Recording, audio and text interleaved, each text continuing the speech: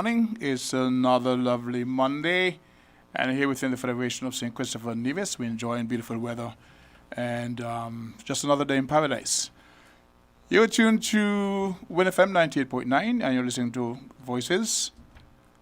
My name is Socrates, today, host of today's program, and we have within the studio with us today a very special, very lovely guest. We'll be going into some very serious discussion on the matter of health. And I have a song that I asked the gentleman to cue up that will give us insight as to what the topic is. And then after the return, I will have my guest introduce herself in all her glory. And then we'll take the conversation from there. So, Mr. Engineer, if you're ready, please play the song for us.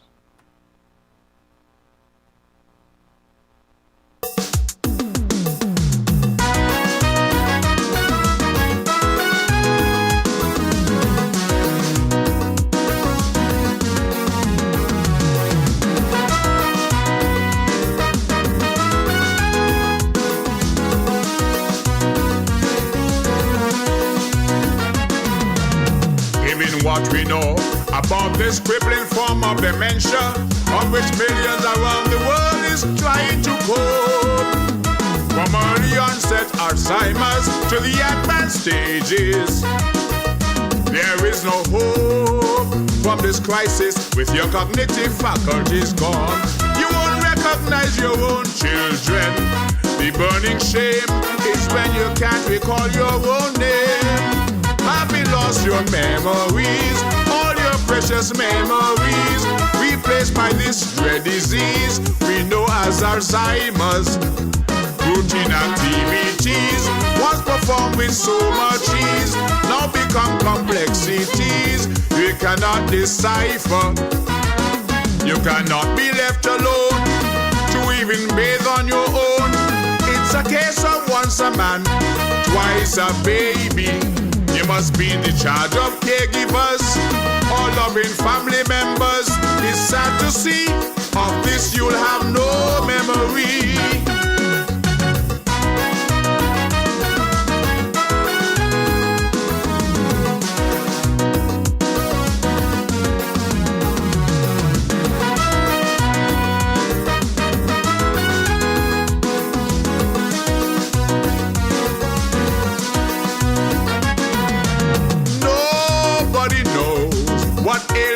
Befall us, given a choice, we'll choose the less painful of all. No one wishes to be a vegetable, a mere shadow of oneself, a pitiful spectacle. Who knew this is what we would come to, with no recollection of our very existence? Having lost our memories, all our precious memories, replaced by this dread disease we know as Alzheimer's.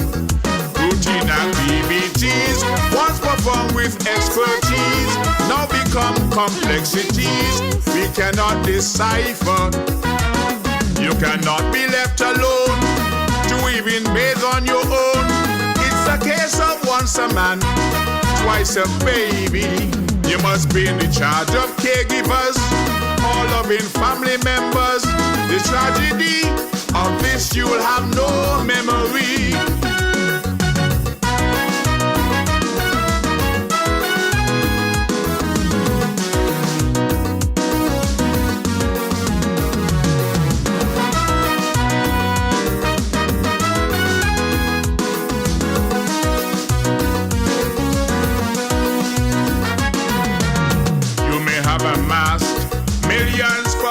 Corporations, perhaps a banker, educator, or architect.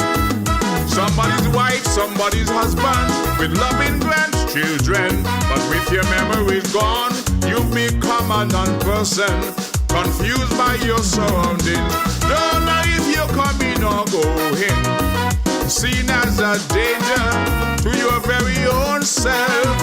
Having lost your memories, all your precious memories, replaced by this dread disease we know as Alzheimer's. Routine activities, once perform with so much ease now become complexities you cannot decipher. You cannot be left alone to even bathe on your own. It's a case of once a man, twice a baby. You must be in the charge of caregivers, all loving family members. It's sad to see, of this you will have no memory.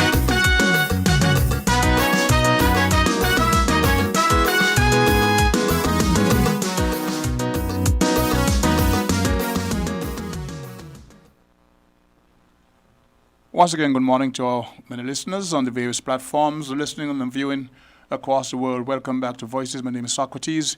In case you just joined in, the track that you listened to was the song that tried to highlight one of the many societal issues that is vastly overlooked. That song was rendered by one of our Calypsonians about 4 years ago and never got any attention paid to it. And so just about 2 months ago, I had an occasion to raise the topic of Alzheimer's, that form of dementia, on this radio station. And one of the callers was a Dr. Rawlins. We have never spoken to each other before.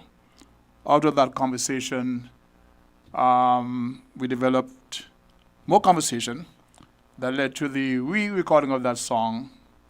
And now she is here within the studio as a guest. I want to welcome her to the studios of WINN FM. She's no stranger in that regard. But the topic needs revisiting from time to time. And so in that capacity, with all the expertise, we had a discussion where she volunteered to come and give her time and attention to the topic once again. So I'm going to have her speak to her credentials. I don't know a whole lot, but I know she's awesome. In the field of work that she's overtaken. So welcome once again to the studios of WINN FM. Dr. Rawlins, please, your listeners are waiting you. Good morning, listeners and viewers. It's a pleasure for me to be here this morning. I have been on the radio, this radio station and TV and other places. But this is the first time I've been on with someone, a Calypsonian, a singer, a well-known person. This is just amazing for me. I think my grandchildren would be they'd be saying, what's Grandma doing out there with a Calypsonian, a singer, someone so well-known in this area? So it's a pleasure to be here this morning. And, I'm here not just for the fun of it, so to speak, but when I became aware of the song that Socrates had promoted some time back, I was just kind of blown away because this song speaks so much to the matters that we deal with in our association. But before I do that, I'm supposed to introduce myself. So I am Dr. Joan Rawlins. The mic is yours. Yes, I'm from the former UWI senior lecturer. I worked in the Faculty of Medical Sciences in Trinidad for almost 20 years, and I worked at Mona before that. I'm not a medical doctor. I am a social scientist in health with 5 years of good health training prior to becoming a social scientist in health. Yes. So I bring with me a wealth of experience and training. And I have been working in the Alzheimer's business for more than 10 years, 10 years in Trinidad and 7 years here in St Kitts. So, in the Federation. So I've been in the Alzheimer's business for a long time. I will say that I was not always in the Alzheimer's business because I'm a social scientist in health and I covered a wider range of health issues. I mean, I was concerned with everything that concerns people in the society, but my main issues were women health issues and hypertension and diabetes. People don't know that here in St Kitts, and I don't speak to those issues anymore because those issues are more than ably covered by other people. Okay. But when we retired here 7 years ago, my husband and myself, Dr. Sam Rawlins is my husband, I said to myself, what can I do? I mean, I've been in the Alzheimer's business in Trinidad for that time. I was the vice president of the association there. And I asked around and found that nobody, outside of the real medical, outside the medical business, was dealing with Alzheimer's, and there was no Alzheimer's support group here. So I said to myself, yes, okay, this is something I can lend my, my concerns, my interests, my past experience to. And so we founded the Alzheimer's Association of St Kitts and Nevis. We'll be celebrating 7 years. 7 years this year. And so we will celebrate later this year. But we found that our commitment to the work has been appreciated by the people. Our association, or the main mission of the association is to provide support to persons living with Alzheimer's disease and their caregivers. Okay, and that support takes the form of counseling, advice, best practices, managing, the various conditions and difficulties which arise with people living with Alzheimer's disease. I am very, very happy that you were able to, after all your expertise out there, to be able to come home and see a need. With all the other qualifications and other topics you could speak to, you saw the need to address what has been issue that's vastly overlooked for many, many years going back, because a lot of us didn't really identify or understand what the issue was as it relates to that form of dementia. Okay. I can say as a child growing up, we would see evidence of this, not understanding it. Even though globally there's more of an awareness, it is still something that people, unless you're actually directly or indirectly affected, not aware of. Yeah. And so I first became aware of you because you were on a similar program on this particular station. And I said to Lady B, she was the one who sang the song. I said, you need to get this song to this organization. And it's, yeah, we'll do it. And then a whole year passed. And there was a ceremony, it may be your 6th anniversary celebration. And I wanted her to get on that program where she could get the exposure. Yes. And it never happened. So, well, I'm so glad you moved forward with it, because it's a song that speaks directly to those issues, the issues of the Alzheimer's person. Because as you've said and as you sang in the song, it's something that people don't know that much about. So we create awareness about the condition, because it affects not only the individual, but it affects every member of the family, the extended family, and the society, also so the wider to speak. society. Yes, it affects the wider society in many ways. I mean, if you're a family member, it affects you directly. If you're a caregiver, not a family member, it affects you. It affects the individual. I mean, the song is just so beautiful. I mean, it is. Thank you. It is, and I say that without any reservation, and I don't say that just out of flattery. It's a beautiful song. It's sad in some ways, but it speaks to the reality, and we have to speak the truth. And it speaks to truth. The song, in its expression, states, for example, that there's no respect of persons. The song says you could be a banker, an architect, head of corporation, all of those things. With grandchildren. And we have seen, because in your work, you would know a lot more than I or many other person who don't pay that detailed attention, how the ravages. I had a story of a neighbor of mine who was saying to me that he went to the Grange. Yes. And he saw a lady, and she looked familiar. And then on his third visit there, he asked somebody, who is that lady? And they mentioned her name. He could hardly recognize her. And he made a remark, and they said to him, don't tell her that her husband had passed. She had no knowledge. She had no knowledge. And this was a person very prominent in society, in corporate society. I mean, like, highly respected. I actually missed her from not seeing her. The last time I actually saw was she and her husband was down in front of the farmer's market. And he was holding her hand. I was thinking, that's lovely. I did not know what was out behind all that. And it sobered me up. Yes. You did not know why her husband was holding her I hand. didn't know. I thought it was lovely because their age, they've been together for a number of years. And I that's thought beautiful. it was lovely. But he had to hold her hand perhaps because he did not want her to wander off, because Right. she did not know what was happening anymore. So, it can happen to anybody. It's no respect of person by color, by race, by ethnicity, by wealth. It doesn't often happen to people who are too young. Okay, so the majority of cases are going to be people who are 65 years and older. I'm 65 and older. But it doesn't happen to every last person. I So know. you could you don't have to be on the list for it to happen to you. Okay. But essentially it happens to a person 65 years and older.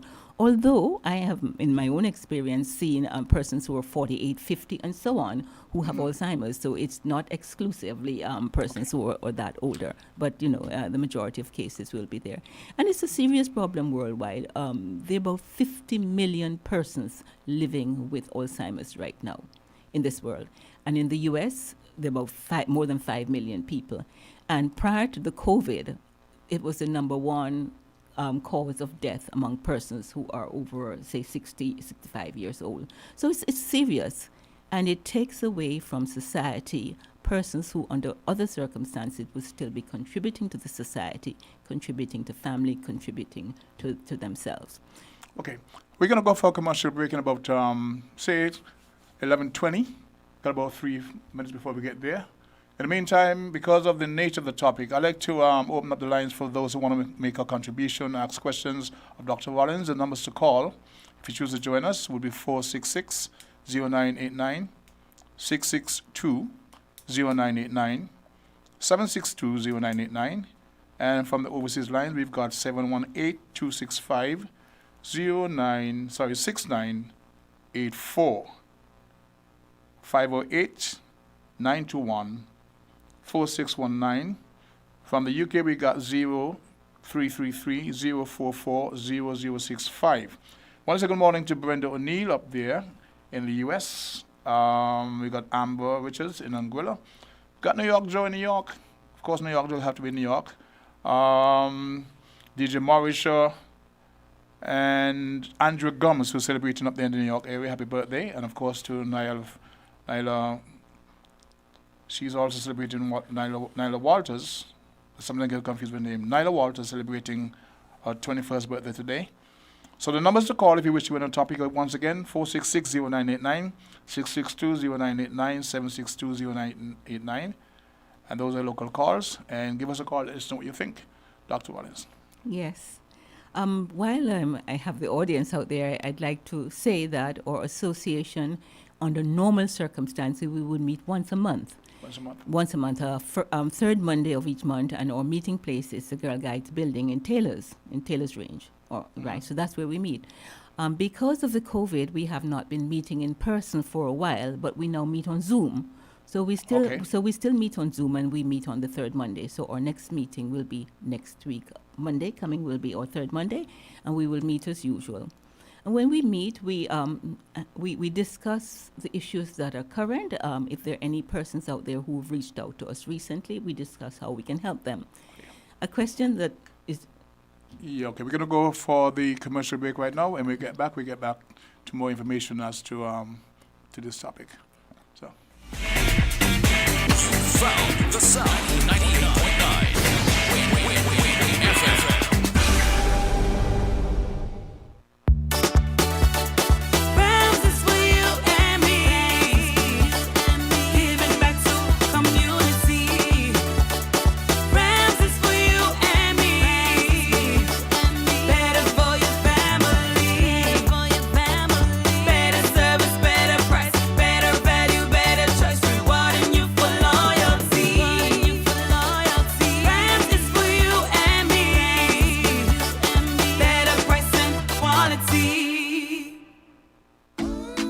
Smiles have been growing fast because Flow Home internet speeds got faster with up to over 2.5 times their original speeds.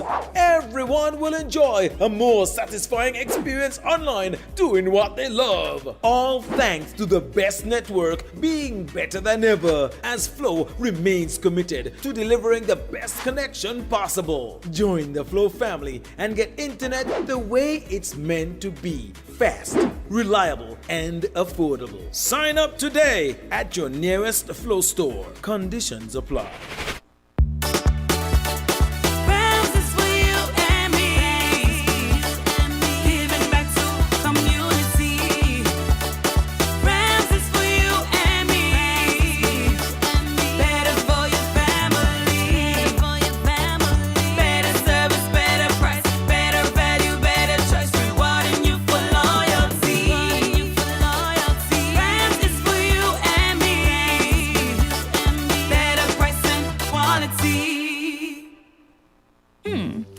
For Dad's birthday?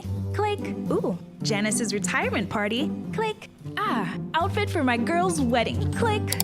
With TDC Airbox, you click, we ship. Register for your free US mailbox today and shop all your favorite stores online. Enjoy the convenience, free consolidation up to £10, competitive rates, free package tracking account with live notifications, free delivery, and of course, excellent customer service. Visit our website at tdcairbox.com and register today. For more information, visit our offices at the C.A. Paul Industrial Site in St. Kitts and Penny's Industrial Site in Nevis. Follow us on social media at TDC Airbox. TDC Airbox. You click, we ship. Terms and conditions apply. Smiles have been growing fast because Flow Home internet speeds got faster with up to over 2.5 times their original speeds.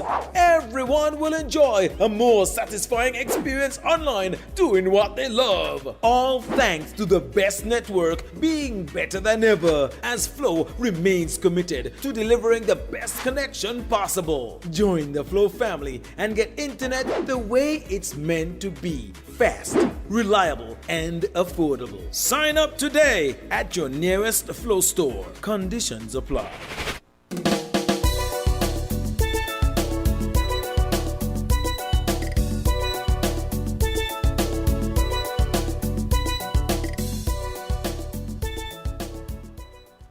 To our many listeners and viewers, welcome back to Voices. It's Monday, the 11th day of January. We are fast approaching middle of the month. And we have in the studios with us today Dr. Joan Rawlins, medical sociologist, and she has agreed to let us tap into expertise as we discuss the topic of Alzheimer's. Dr. Rawlins, we are so happy to have you here. And it's people like you who actually make us understand a little more about things we see every day and we're not really sure what's happening with them. We're talking about Alzheimer's, dementia, the early signs, etc. What are some of the early signs that we need to look at? I'm 25 years old, I'm at home, and my mother or my uncle, in conversations there, I had this on the tip of my tongue and I forgot it and I can't remember these things, and they're calling you Abraham when your name is, you know. Yes, yes. So, when we see these things, what do we look for? What are some of the steps we should take? Yes. We're really talking about some of the common signs which might suggest that dementia, Alzheimer's dementia is what is happening here. Memory loss is the very first thing that you hear the relatives complain about, and you might even hear the person with the condition complain about it as well. But I should first state that not every case of memory loss is going to be, not every case of memory loss is going to be a case of Alzheimer's dementia. Okay, all of us will forget things. I'm sure all of us. Me too. Exactly, all of us. I mean, you know, we forget our keys, we forget our mask. I mean, this business of this mask wearing that we now have to wear. Every time I leave the house, I have to remember I need my mask, I need my sunshade, I need my this and that. And I walk to the car and perhaps I don't have one of these many things that I'm supposed to have. Yes. So, you know, it's quite common. Memory, forgetting things is not uncommon. It's when the memory loss disrupts daily living. So it has to begin to disrupt daily living. So if you've just forgotten where you've left your key and you can retrace your steps and find the keys, that is certainly not dementia. Someone with dementia is not going to be able to retrace their steps and find those keys, okay?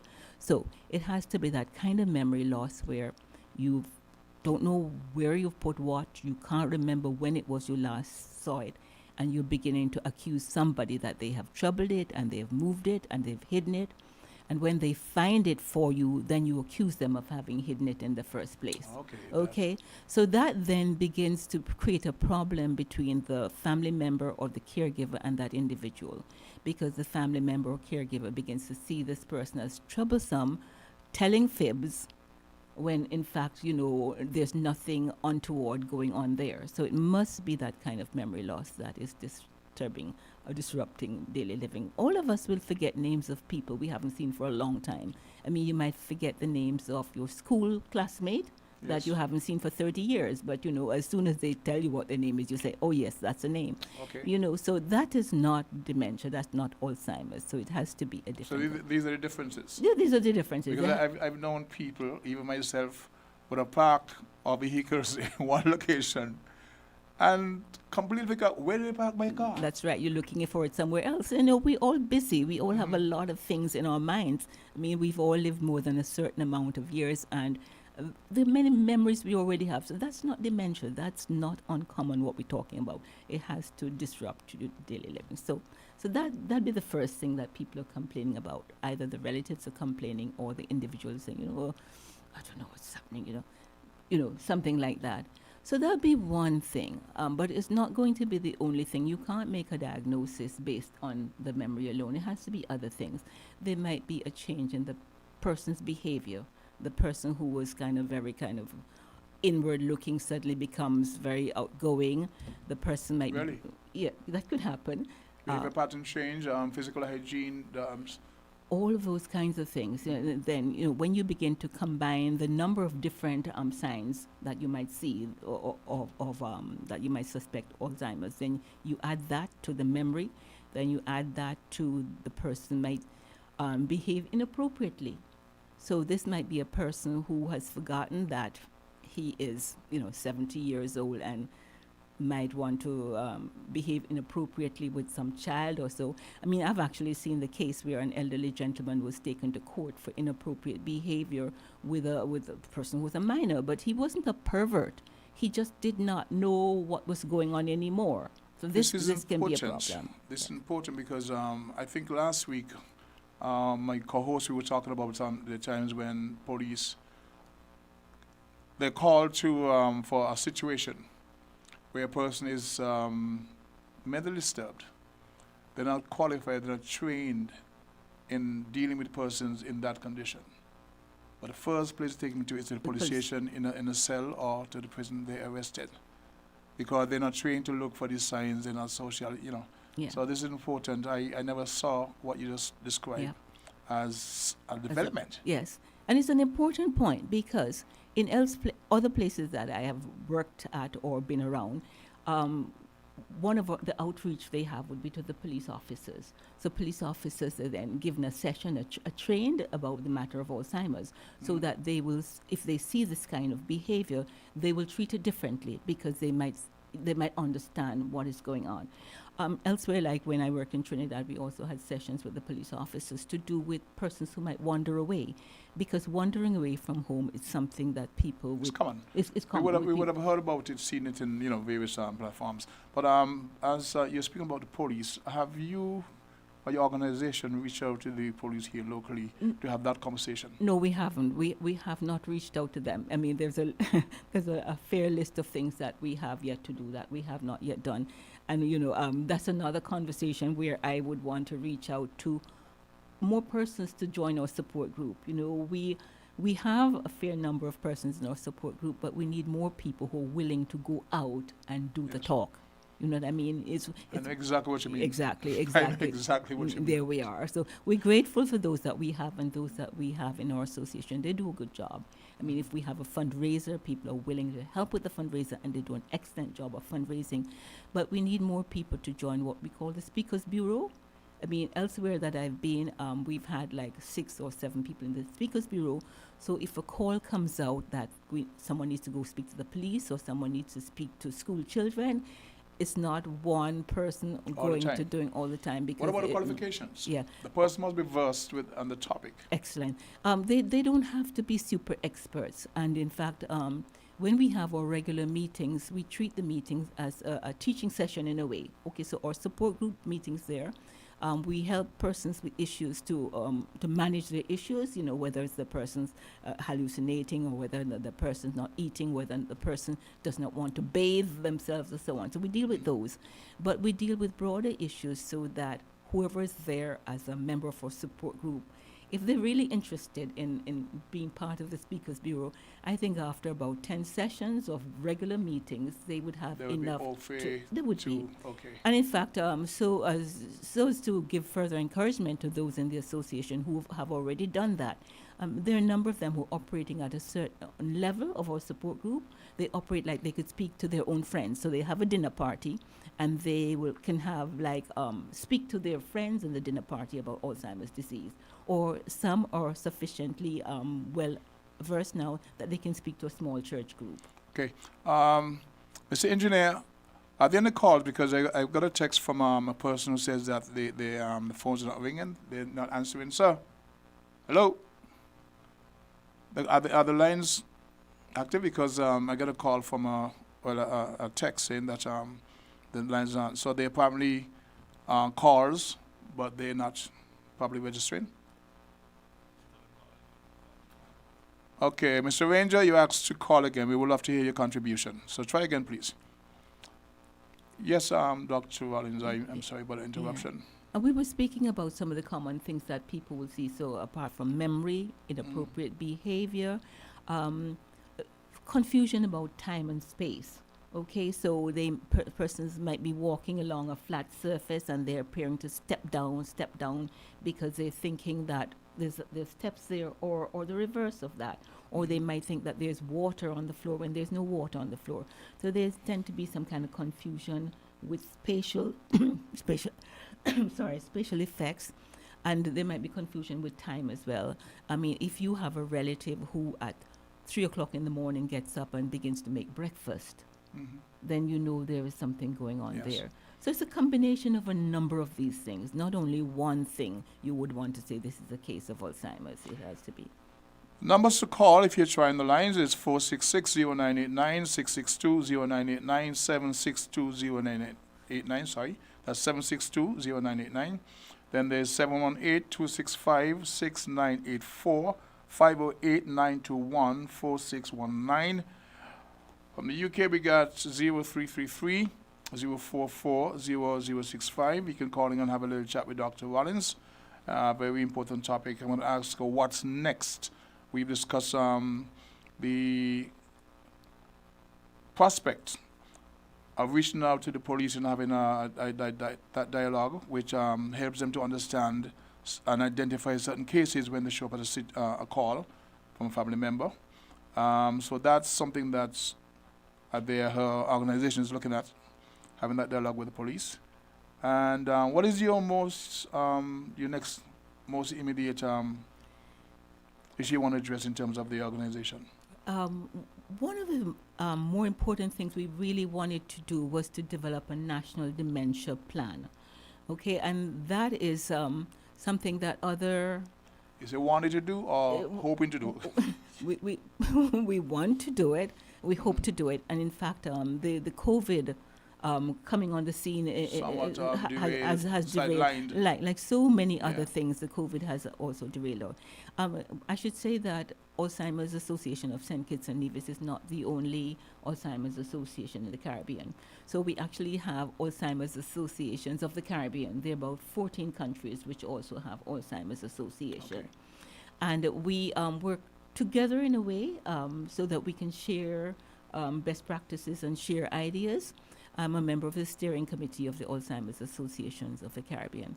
And we're also a member of Alzheimer's Disease International, which is the international parent body of all Alzheimer's associations worldwide. And there are about 104 countries which are members of Alzheimer's Disease International. St. Kitts became the 100th member of Alzheimer's Association when we became a member. 7 years ago? No, you don't become a member of the international immediately. No, you don't. You have to prove yourself in a way, which we proved ourselves about 2 years ago. So we became... So you were 5 years active before? Yeah, before we became recognized of international, because the international, has all kinds of things you must comply with. Okay, so we're members of that. But I was speaking to somebody about the song, this Alzheimer's song, which is just... It's called Precious Memories. It's called Precious Memories, okay, the Precious Memories. And so you find those memories, they're so precious in so many ways. So when you lose them, you lose a great deal. It's just so sad when you lose it, and it's sad more for the relatives than for the person with dementia, who by then has forgotten so many things. Because to have your mother not know you anymore, or to have your spouse not recognize you anymore, that is very sad. So as I was saying, when what we want to do as soon as this COVID has settled itself, to work on a national dementia plan, which the other Caribbean countries are working on too, because we can't just work on our In a vacuum. That's right. We need to have like the Ministry of Health on board as well, and other stakeholders on board as well, so that we can develop a proper plan to ensure that persons with Alzheimer's disease, that their human rights are met in every way, that they're never treated as non-persons, that they have all the rights, that we have the dignity, the love, the respect, to proper That's care and so on. fundamentally important because the disease, can I call it disease? Yes, you call it. It is a disease. It's a real disease. It impacts so many levels of society.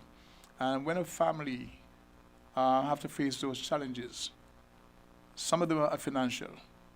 So I believe that the organization that you're referring to will be able to render some assistance in terms of getting facilities in place, like the government sponsor or whatever, because people will not be able to, say, go to work and manage taking care of a loved one, providing, first they must have the knowledge of what is required, how to deal with it, the expertise, etc. And this is where your organization and others such like comes in very, very important and handy. And I say the government and whatever agency need to be a part of this. You've touched on something so important, and I mean, we talk about this, and even persons who understand a little bit of it, or some of it, they don't understand what you've just said. Alzheimer's disease can be a very costly. Ravages. Well, the ravages, yes, but Yeah. even financially can be very costly. It's costly in terms of the care. Somebody has to take care of a person with Alzheimer's disease. After the earliest stage, they cannot manage themselves anymore.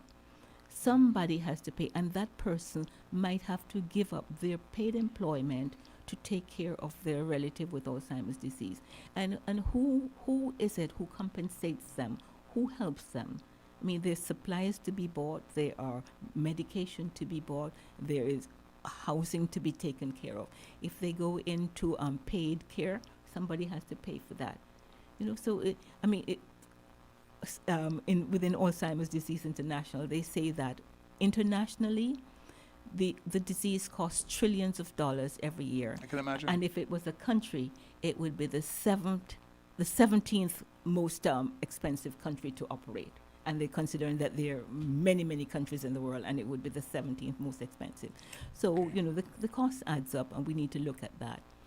But I wanted to go back to the business of caregivers, you know. Let's take that up after a commercial break. But Mr. Engineer, once again, we're getting text that they're calling. They're trying to call you, but yes? Okay. So we take up the part for a word from our sponsors, and we will be right back with Dr. Joan Rawlins. Thank you very much. WINN is 98.9. 98.9 is WINN FM. Are you wondering what to do this holiday season? Will it be the same? Will you be able to give your family all that they need? Well, with TDC Financial Services, all your holiday woes will disappear. You can get up to $35,000 unsecured for your holiday needs. Give us a call at 465-6516 or 469-5430 to find out how we can help to make your holidays happier for you and your family. TDC Financial Services, where money is made easy.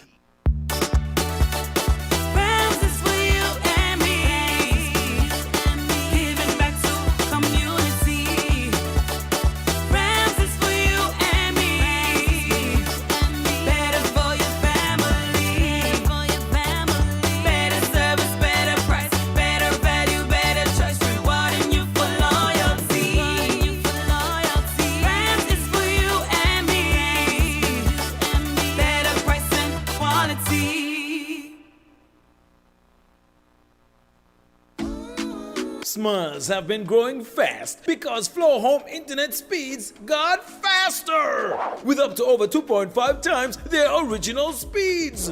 Everyone will enjoy a more satisfying experience online doing what they love. All thanks to the best network being better than ever, as Flow remains committed to delivering the best connection possible. Join the Flow family and get internet the way it's meant to be. Fast, reliable, and affordable. Sign up today at your nearest Flow store. Conditions apply.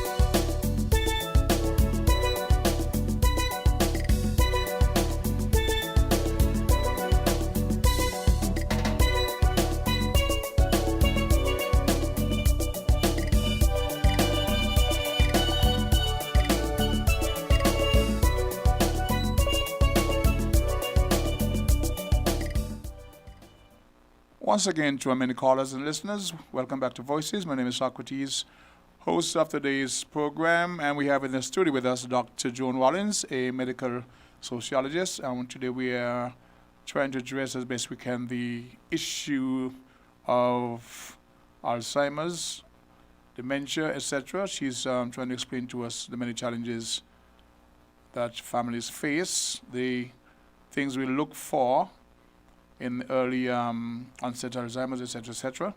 And we've had some issues with callers getting in on the line. I'm told to advise, in the meantime, for them to try 6620989, while the technicians try to address what may be a problem. So in the meantime, if you can try 6620989, you can get in and make a contribution to today's topic. Dr. Rawlins, you were saying at the moment of the break? Yes. I was saying that although we've been trying very hard, and I tell you our group works quite hard, there's still need for greater education. So we're still working on the business of education, and maybe we're not the only ones who need to be doing this, because we still meet family members who... Okay, caller, you're live on Voices. Welcome to the program. That was a kind of promise. Feel free to try again. We will have to get your contribution. There'll be some challenges with the line, so just please free to try again. Okay. Yeah. As I was saying, we still meet family members who have difficulty believing that this is a real disease. This is a real disease. Alzheimer's disease is a real disease of the brain. How do you deal with that? Family members having issues recognizing that this is a real disease? Yes, they have problem. They say, this is just a miserable old woman. She's my mother-in-law and she never did like me from before. Mm-hmm. Okay, so they operate at that level. They're having to treat with this person who has Alzheimer's disease, but they do not want to believe that the person has a disease. So then what happens to that person in that environment? Clearly there'll be some hostility there, and Abuse. They do not abuse. Exactly. And they can't report. Yeah, because your cognitive faculties are compromised, you cannot report. That's right. And if they report to the other relatives, the other relatives who might be of like mind to the first one who doesn't believe in the first case, then we have an elderly person who's not being treated well. And they don't want to deal with it. Yes. Alzheimer's patients have a real condition. It is as real as a heart attack or a broken leg. It's not a pretend condition.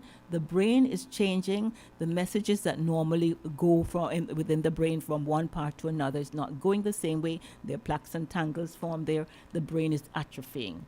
It is very real. It's not pretend. And persons with dementia Alzheimer's dementia need to be treated properly, just as if they had a heart attack. They need sympathy and love. That's what they need. And we will find that people respond, although persons are forgetting and their memory is not the same and the behavior is not the same, when treated with love, they respond much better than if you try to abuse them. Like a patch of blue in a dark cloud. Yes. Okay. And we have a call online. Caller, you're live on Voices. Hello, caller, you're live on Voices. Thanks for your contribution. Hello. Yes, good morning. Welcome to Voices. Hi, good morning. Joan, how are you? It's Pat here. Oh, morning, Pat. Morning. Good to hear you. Yes, this is Mrs. Leader. I just wanted to keep ringing the bell about education. Education. Thank you. One of the constraints to education, though, in a small island state like ours, is the stigma. That people still stigmatize Alzheimer's, dementia. It's as if they don't want to say that they have a relative with it. We need to break the stigma. That's right, Pat. You've touched exactly on the very next topic, but go right ahead that I plan to talk about stigma. Go right ahead, Pat. Yeah, this is Mrs. Leader from the Grange, yes. When it comes to education needs to be taught in the right place. It needs to be taught by the right people. The people who've got the experience, looking after, who's been educated from a scientific viewpoint, like yourself and myself and a few other people, because it is a speciality in its own. And that's what people need to realize, that anything like this is a specialized subject. Yes, experiential learning is good, so people need to talk about their experiences. But if you cannot say how the brain affects Alzheimer's and vice versa, then we can't make up things as we go along. I guess that's true. This is a specialized subject that needs to be taken very, very seriously, because We are growing older. Longevity within the Caribbean is just increasing. And, we have dropped the ball for too long. Yeah. Let us educate people, educate them in the right way, by the right people, in the right place. A lot of things you say about Alzheimer's, they have to be tangible. So if you say the person get aggressive after 3 o'clock, the people who are learning need to be in place at those times in the right setting to see how Yes. their reaction changes Yes. after 3:30. Why are we calling it, a sundown disease and so yes. forth, if people are not there at sundown to see how they react? Mm-hmm. It's not purely in a classroom. It has to be in a good, practical setting. Yes. But And I've offered my help to you before. I am putting up my hand again because it's really, really becoming an epidemic among us, and we in a lot of ways, I think we're trivializing it. It's not going to go away. That's right. Despite COVID, it will not go away. It will still be there. Our life expectancy is greater now than it used to be before, which means that we have more people who are going to be vulnerable. So you're right, Pat. It's not going to go away, and we have to deal with it. But, this is where the dementia plan would come into place, because structures and policies need to be put in place to ensure that we're not working alone. We can't do this work alone by ourselves. We're all volunteers. In the Alzheimer's Association, everybody is a volunteer. Nobody gets a cent. In fact, all of us, we actually put money. All of us who are members, we put money into the association. Yeah. This is bigger than the association. I'm so sorry that I can't help anymore, but as you know, I'm drinking from my saucer. Sure. My cup is running Yes. over. We're grateful for that, because feel it free means to that shout. it means that people who have dementia, who end up in your facility, at least they're getting the care from persons who know exactly what they're doing. We can't say the same from some of the other places where persons with dementia will spend their final days. So we're grateful for that, and we look forward to assistance from you in any way we can have that assistance. But Tomorrow is our turn.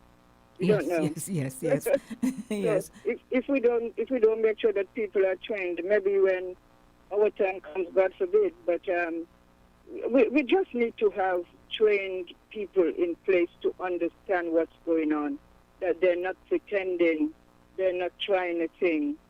It's just so a real thing among us. Yes. In the same way that we have accepted diabetes as one of the comorbidities, the same way Alzheimer's dementia should be treated. That's right. Well, thanks for ringing the bell. Right, and thanks for you, and thanks for your input this morning, Pat. And Happy New Year to you. We haven't spoken so far, so happy New Year to you. Bye-bye then. Okay, we just had a wonderful contribution from someone who knows about Alzheimer's as well, from her expertise and from her work as the CEO of the Grange. She was also here a few months ago as guest on this program, and I think more of those programs like what you're doing now. Yes. And her contribution that she made even today need to be more in the mainstream of our conversation when it comes to the health platform. Caller, 11 Voices, thanks for your contribution. Good day, caller, 11 Voices. We are indeed challenged by the phone lines today. If you can call back, we would love to hear your contribution.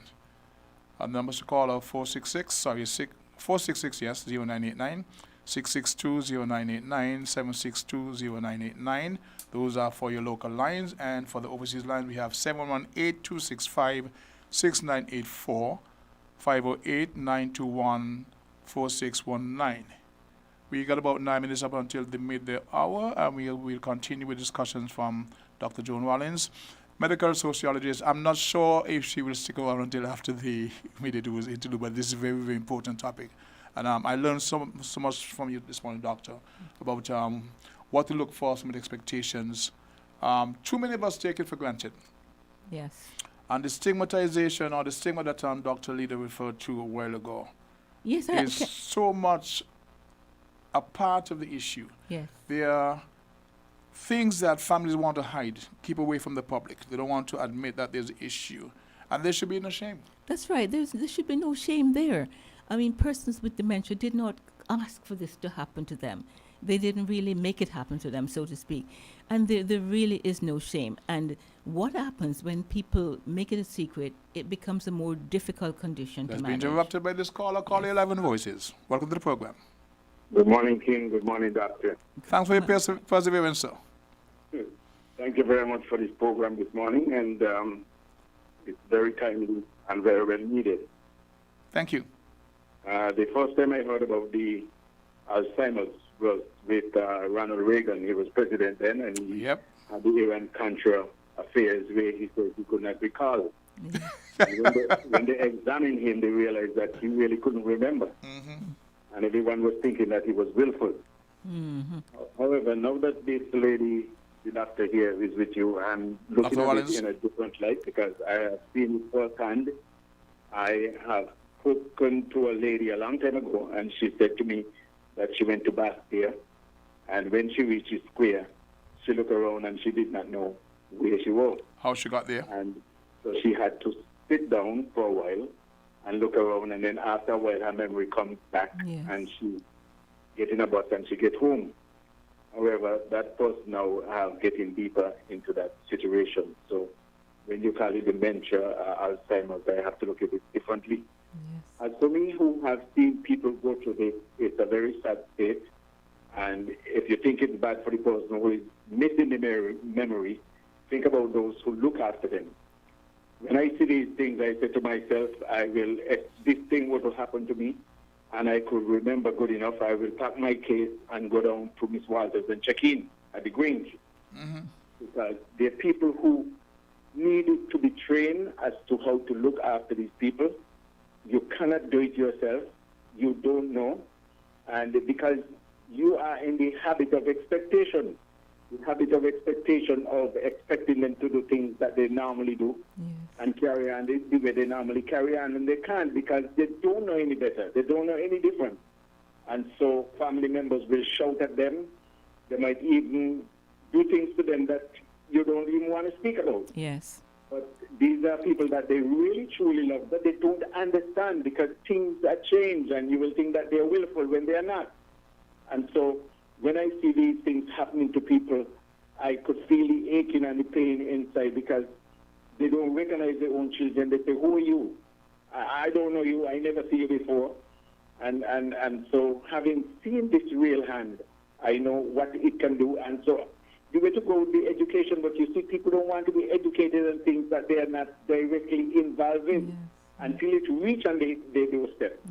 So to me, if someone really wants to know, if it reach on your doorstep, if you want to keep that person home, is to get an education, be educated about it, get someone who knows that will show you and teach you about it, because it's very hard for you to leave work in a busy day and go home and look after that person needed. So you feel that when that person is sleeping in the day is when, and they're up in the night is when you're supposed to be sleeping. Ranger. So that is why I say if you give this to people who know and who have this staff and the ability to do it, like at people at the Grange, they know. And so therefore, people might think that it's way down low to check your loved one into the Grange, but trust me, they probably would be the best people to handle them because you just can't. Ranger. I'm with you. Yes. The education that you refer to should be on a national level. It has to be an all societal approach. And you mentioned a while ago, if you become aware that you may have these challenges, you will pack your bags and go down to Mr. Waters' leader.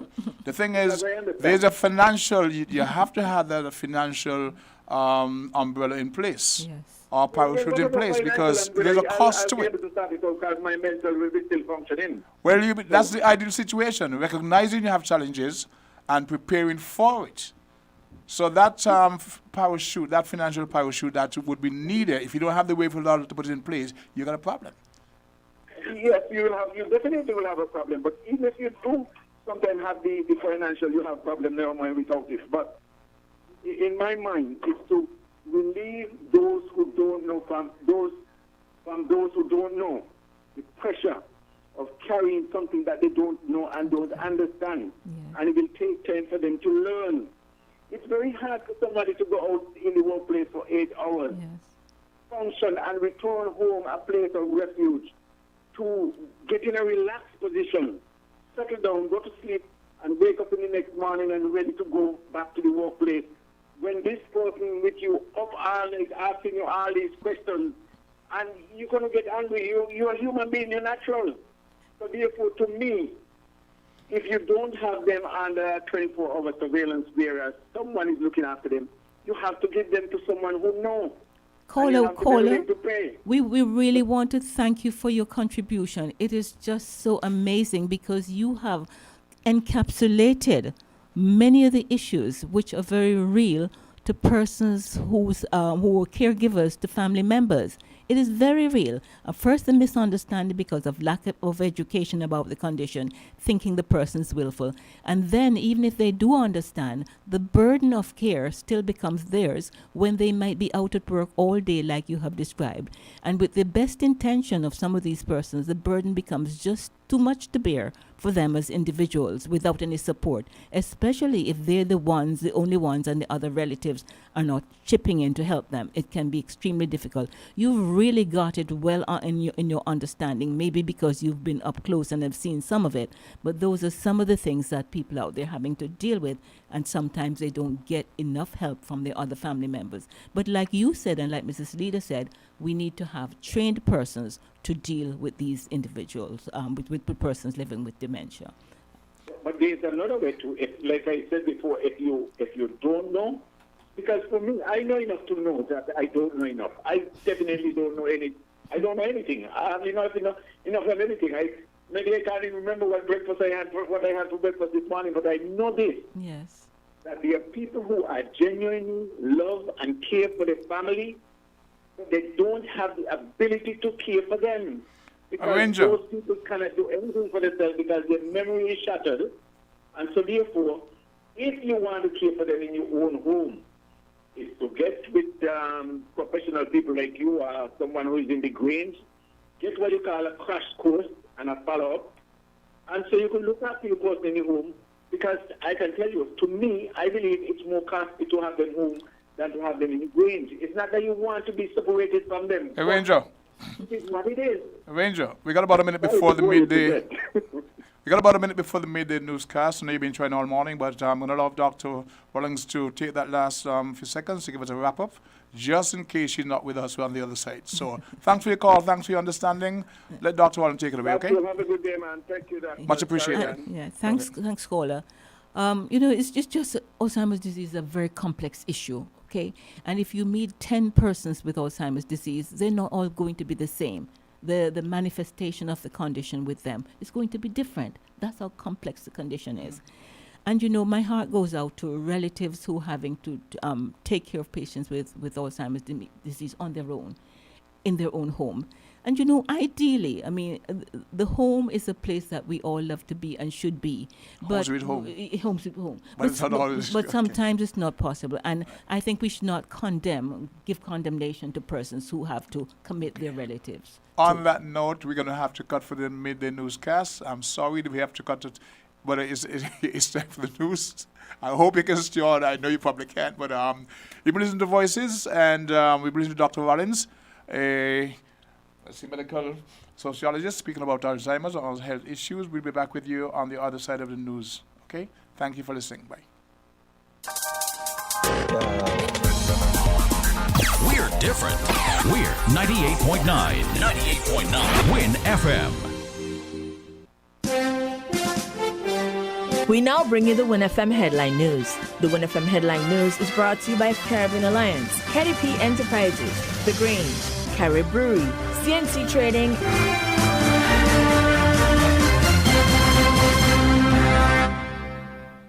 We are faced with tough decisions every day, but choosing the right home or motor insurance shouldn't be one. You need fast claim settlement from a company that's been rooted for over 31 years. And don't forget the A Excellent rating by AM Best. Make the intelligent choice. Caribbean Alliance Insurance. Reliable insurance that you can count on. Get a quote today for your home, motor, contents, and liability insurance needs and make the intelligent choice. Caribbean Alliance. Tomorrow secured. Local agents, Dalil Walwyn & Co. Limited. Telephone 465-2631 or 469-5303 for the Nevis office. Maybe it's the way the brilliant gold liquid reflects our sunshine, or how the bright blue of its label mirrors the clear Caribbean skies overhead. Maybe it's the fresh, crisp taste of this beastly cold beer on a scorching hot day. Maybe it's even the way it brings us all together. But one thing is for sure, Carib is very much a part of who we are wherever we're from in the Caribbean. Carib, it's the way we play. Drink responsibly. Did you know that the Grange Healthcare Facility is the first purpose-built non-governmental healthcare organization on St Kitts, offering 24-hour nursing, therapeutic, and residential care for older adults? It's situated at Otley, 7 miles east of Vastair in beautifully landscaped surroundings. The Grange has a team of highly trained professionals and provides care that's rated as being comparable with UK and North American standards. The Grange offers varied accommodation to suit your individual needs, and our all-inclusive packages make the cost of care per hour the most competitive on the island. Services include convalescent care for all ages, daycare facilities for older adults, rehabilitation services, and training and continuing education for healthcare providers. For more information, call 466-5525 or 465-8020, fax 466-8221, or email thegrangehealth@gmail.com, or visit our website at www.grangehealthcarefacility.com.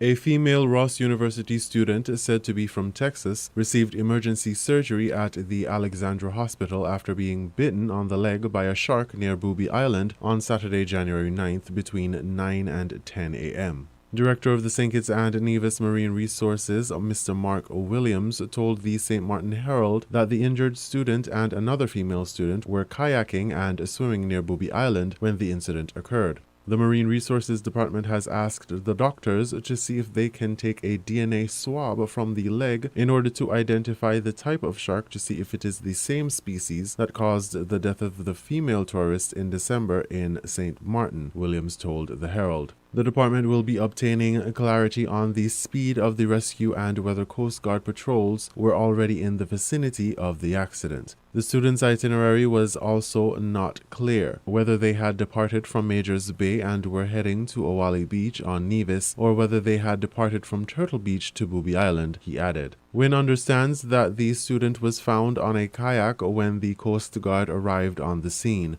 The Department of Marine Resources issued a statement on Saturday, January 9th, that it was receiving an increase in reports of shark and human interaction within the country's exclusive economic zone and advised users of the ocean to be extremely cautious when using the marine environment. Mr. Williams told the Herald that 2 sharks were sighted chasing a stingray in October 2020 just 3 miles away from Saturday's incident involving the student. The St. Martin Herald reported that a French tourist was fatally injured by shark bites in St. Martin while swimming in Orient Bay on Thursday, December 10th.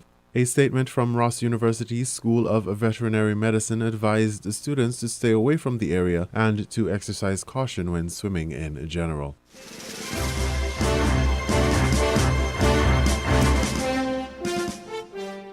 Moments ago, WINN reached out to Ross University School of Veterinary Medicine. Ross issued the following statement on the matter. We can confirm that a group of 7 individuals affiliated with the Ross University School of Veterinary Medicine were kayaking and swimming near Booby Island, St. Kitts, this morning when one of them, a current student, was attacked by a shark. The incident took place at approximately 10:25 a.m. local time. One of the individuals called 911, the Coast Guard was dispatched, and the injured student was taken to Alexandra Hospital, Nevis. We understand that the student is in stable and critical condition following surgery. Our thoughts and prayers go to the student and their family.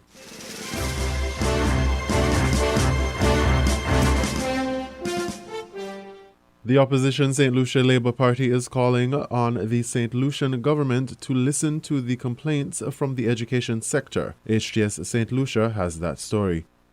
Will the government allay the concerns of education stakeholders? The opposition St. Lucia Labour Party is hoping that it will. The St. Lucia Teachers Union claims that the government has failed to implement recommendations for back-to-school efforts. The decision to remove the deep cleaning of physical school plants by the Education Ministry also does not sit well with the union. Moreover, officials of the early childhood sector claim that they were sidelined from discussions on the development of an education continuity plan. Opposition Senator Gideon Ferdinand encourages the government to address these issues. The St. Lucia Labour Party notes the announcement by the Department of Education regarding the reopening of school, which is scheduled for Monday, September 11th, 2021. Now, owing to several concerns expressed by key stakeholders of education, including the early childhood administrators and the St. Lucia Teachers Union, the SLP urges the government to take heed of these concerns. Now, among these concerns are the lack of consultation as expressed by the early childhood administrators, as well as concerns about sanitization of schools as expressed by the SLTU.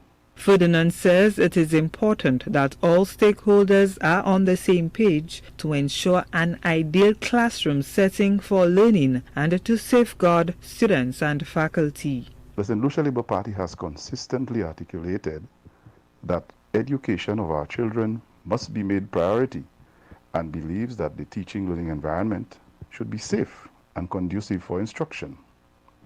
Therefore, any decision to return students and staff to the physical and school environment should be made with due care and consideration for the health and the safety of all the stakeholders. In this case, we call on the government to ensure that a good thing is not done badly, and that they address these and other legitimate concerns that stakeholders have raised to avoid any unnecessary difficulties that may be encountered for the safe reopening of school. Schools have moved to online and virtual learning platforms to continue education. Electronic devices are a must-have to prevent students from falling back on their instruction. The opposition senator calls for greater efforts to equip schools and students with devices. The Labour Party also notes that the government has not implemented or expanded the One Laptop per Child program. Neither have they adapted to ensure that the use of technology in schools becomes a priority. And that is an area which, in a COVID-19 pandemic era, has been highlighted as an essential for schooling. Students are set to head back to the physical school plants on Monday, January 11th, 2021. While some schools will continue with the whole school route, some 34 institutions will adopt the alternate day approach. Gina Filippi, HTS News Force.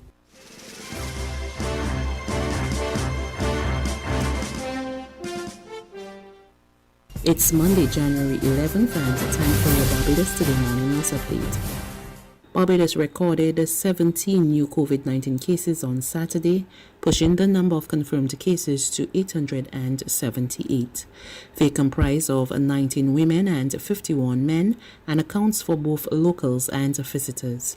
33 of those cases are from Her Majesty's Prison Stores. 31 of them are male inmates and the other 2 are prison officers. This brings the total number of cases at the prison to 225, comprising of 58 staff members and 167 inmates. 16 persons were released from isolation while 482 remain. 389 persons have recovered from the viral illness. There's an appeal for nurses to adhere to the protocol of wearing personal protective equipment or PPEs. It's coming from President of the Barbados Nurses Association, Joanna Waterman, after some nurses working at the Queen Elizabeth Hospital tested positive for the virus. We are appealing to our nurses to protect themselves and by adhering to the protocol donning of PPEs, and where PPEs are not available, to remove themselves from likely risks. Because safe workers save lives, a slogan that we have adopted from the Public Services International. And if not, the lives will be their own. We are aware that the sources of infections reported are not hospital-related or hospital source. But to avoid this likelihood, we are advocating, as we've stated. During this time, nurses will be expected to operate under the classifications for levels of exposure, which is primary level, direct contact, and secondary exposure, or second and third generation exposure. The National Union of Public Workers has disassociated itself from a social media post calling for frontline and essential workers to stage industrial action on Wednesday. In a notice on its Facebook page, acting NUPW General Secretary Wayne Waldron and his deputy Richard Green said no such action has been sanctioned or authorized by the National Council, even though the post is alleged to have come from one of its industrial relations officers. The notice came on the heels of a release by the Queen Elizabeth Hospital's executive chairman, Juliet Bino Sutherland, stating that the board was aware of the post calling for the need for hazard pay for healthcare workers and the reported threat of industrial action. She reminded the public that back in November last year, government allocated supplementary funds for the payment of hazard pay to QEH frontline staff working at isolation centers and other departments.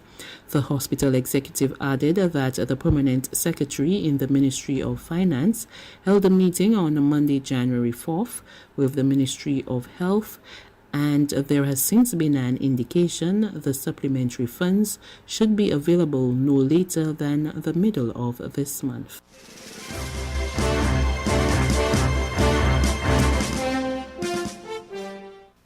Live from NPR News, I'm Corva Coleman. Starting today, the House of Representatives will try to remove President Trump from office. First, they'll request that Vice President Pence invoke the 25th Amendment to declare Trump unfit for office and remove him with a majority of the president's cabinet.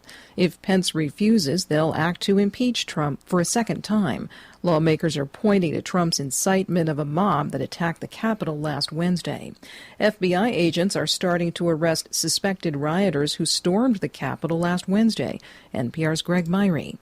Looks like we're around 90 arrests or so. Many of these are for relatively minor curfew violations. Around 25 or so seem to be more serious federal charges. The acting U.S. Attorney for the District of Columbia, Michael Sherwin, tells NPR that hundreds could eventually face charges. NPR's Greg Myrie reporting. Among the arrests are two men who were photographed in the Capitol chambers holding zip ties. These are used by law enforcement like handcuffs. Eric Munchel of Tennessee and Larry Brock of Texas have been detained. Amid a sluggish rollout of the COVID-19 vaccines, Texas is beginning a new phase of its vaccine distribution plan. From member station KUT, Matt Largy reports the state continues to set new records for the number of people hospitalized. The state plans to send thousands of doses to major cities this week in an effort to distribute the vaccine to a large number of people. Many of the doses will go to public health agencies in large cities and along the U.S.-Mexico border. The number of Texans hospitalized for COVID hit an all-time high in the past week. Officials in Austin are preparing the city's convention center as an overflow hospital to treat non-COVID patients and save hospital rooms for the sickest patients. Bar and restaurant reopenings in many parts of the state have been rolled back in recent weeks as hospitals have been overwhelmed. For NPR News, I'm Matt Largy in Austin. Stocks opened lower this morning after hitting new highs last week. NPR's Scott Horsley reports the Dow Jones Industrial Average fell about 130 points in early trading. Asian stocks were mixed overnight, with indexes climbing in Hong Kong and South Korea while declining in Shanghai. Financial markets in Japan were closed for a national holiday. Japan's prime minister has imposed modest restrictions on businesses in and around Tokyo in response to a rising number of coronavirus cases there. Daily infections in the U.S. have jumped more than 30% in the past 2 weeks, while daily deaths from COVID-19 have jumped nearly 50%.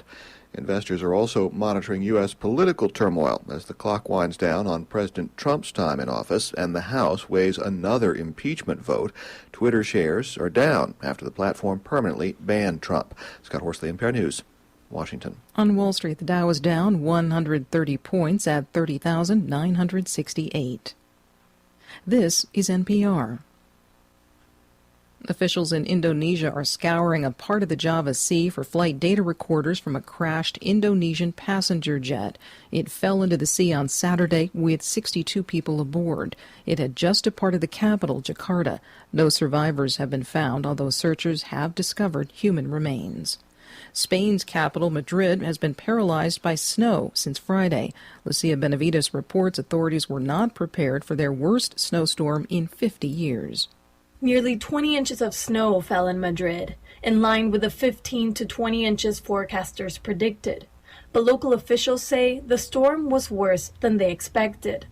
Citizens came out in droves over the weekend to help clear the streets of snow. They were under-equipped with small shovels and oven trays. Roads continued to be affected in the aftermath of the storm, as snow plows and fire crews were recruited at the last minute.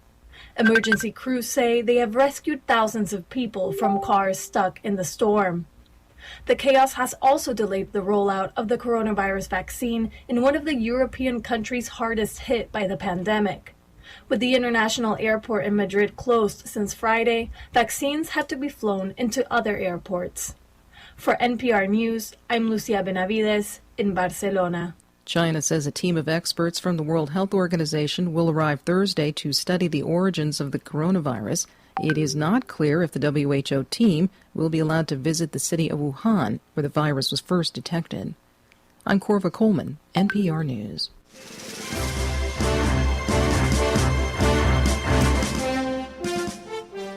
Hello, I'm Chris Barrow with the BBC News.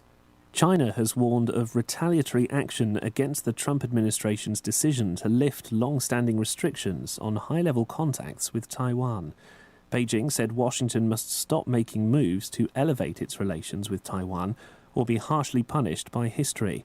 China considers the independently ruled island part of its own territory. The US President-elect Joe Biden is expected to try to reduce tensions. Stephen McDonnell is in Beijing. In some ways, I think the Biden administration might kind of be happy that some of this stuff's happening before they come in, because they might well then be able to turn to Beijing and say, well, we just inherited all this, in terms of these arrangements put in place, and we can't exactly turn them around very quickly. So it could actually, in a funny way, assist Washington-Beijing relations. Facebook has shut down the accounts of many Ugandan government officials, accusing them of trying to manipulate public debate ahead of elections on Thursday. The incumbent, Yoweri Museveni, is facing a strong challenge from the former pop star Bobi Wine. Facebook said the abuse included fake accounts and impersonating users. Parler, the social media app popular with right-wing American conservatives, has gone offline after Amazon withdrew its web hosting services. Amazon said it was concerned that posts encouraging violence weren't being removed. Here's Rory Ketland-Jones. Parler, which calls itself the Free Speech Network, has long been a haven for those evicted from mainstream sites for breaking rules on hate speech or encouraging violence. In recent weeks, it's enjoyed a surge in interest from Donald Trump's supporters, although the president himself does not have an account. First, Apple and Google banned it from their app stores. Then Amazon warned that it would be removed from its cloud computing service because of numerous posts advocating violence like that seen in Washington last week. Parler has also been ditched by everyone from its own lawyers to its email providers, and its chief executive has admitted it'll be hard to get it back online. Pope Francis has formally changed the law in the Roman Catholic Church, allowing women to administer communion, do readings and serve at the altar. But they still cannot be ordained as priests. Mark Lowen reports. Pope Francis has now changed canon law to formalise what were roles officially reserved to men, saying it was needed to increase recognition of the precious contribution women make in the Church. But he stressed it was distinct from ordination, which remains for men only. On the more reformist wing of the Church, Pope Francis has tried to present a more welcoming image through his rhetoric. But last year, after a synod to decide whether to allow women to become deacons, able to preside over some church services, the Pope refused to make the change, frustrating some who had hoped for more fundamental reform during his pontificate. World news from the BBC. The Israeli Prime Minister Benjamin Netanyahu has approved plans to build about 800 new homes for settlers in the occupied West Bank. The Palestinians condemn Israeli activity there, and the US President-elect Joe Biden has been critical of similar moves in the past. Aid agencies have strongly condemned plans by the Trump administration to designate Yemen's Houthi rebels as a foreign terrorist organization. They say the announcement by the Secretary of State, Mike Pompeo, threatens the supply of life-saving aid in the ongoing civil war. The UN says Yemen's humanitarian crisis is the worst in the world. Here's Jeremy Bowen. In 2014, Houthi rebels, also known as Ansar Allah, took over the capital Sana'a and drove out the internationally recognized government. Months later, Saudi Arabia and the United Arab Emirates went to war against the Houthis in a failed attempt to unseat them. The Saudi Air Force, which led continuing attacks, is mostly supplied and maintained by the US and the UK. The Trump administration's bigger target is not the Houthis, but their ally Iran, which Mr. Pompeo said was the world's leading state sponsor of terrorism.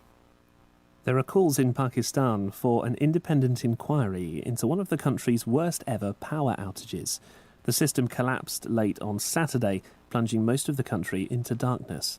7 staff at a plant in Sindh have been suspended for alleged negligence, but the region's energy minister has accused the government of incompetence.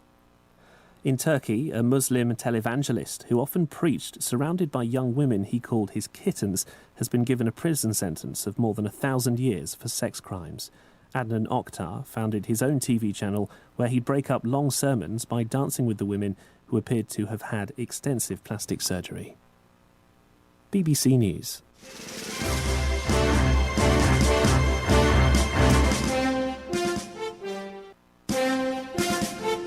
That was the WINN FM headline news, brought to you by KDP Enterprises, Caribbean Alliance, Carrie Brewery, CNC Trading, The Grange.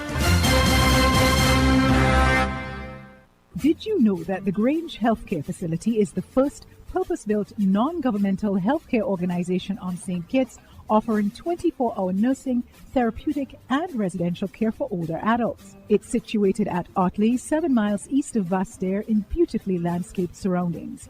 The Grange has a team of highly trained professionals and provides care that's rated as being comparable with UK and North American standards. The Grange offers varied accommodation to suit your individual needs, and our all-inclusive packages make the cost of care per hour the most competitive on the island. Services include convalescent care for all ages, daycare facilities for older adults, rehabilitation services, and training and continuing education for healthcare providers. For more information, call 466-5525 or 465-8020, fax 466-8221, or email thegrangehealth@gmail.com, or visit our website at www.grangehealthcarefacility.com.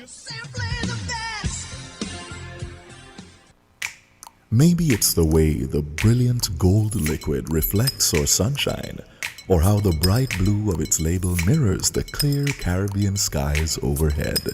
Maybe it's the fresh, crisp taste of this beastly cold beer on a scorching hot day. Maybe it's even the way it brings us all together. But one thing is for sure, Carib is very much a part of who we are wherever we're from in the Caribbean. Carib. It's the way we play. Drink responsibly. We are faced with tough decisions every day, but choosing the right home or motor insurance shouldn't be one. You need fast claim settlement from a company that's been rooted for over 31 years. And don't forget the A Excellent rating by AM Best. Make the intelligent choice. Caribbean Alliance Insurance. Reliable insurance that you can count on. Get a quote today for your home, motor, contents, and liability insurance needs, and make the intelligent choice. Caribbean Alliance. Tomorrow secured.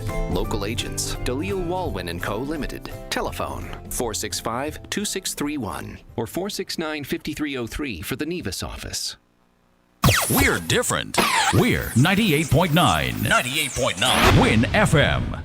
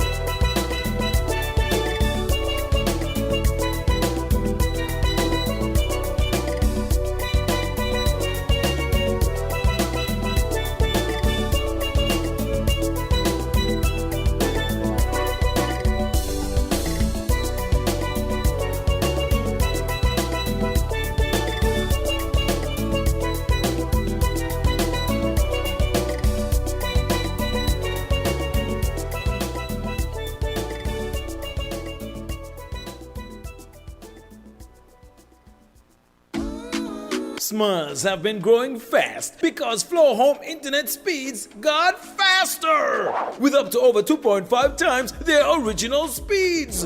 Everyone will enjoy a more satisfying experience online doing what they love. All thanks to the best network being better than ever, as Flow remains committed to delivering the best connection possible. Join the Flow family and get internet the way it's meant to be. Fast, reliable, and affordable. Sign up today at your nearest Flow store. Conditions apply.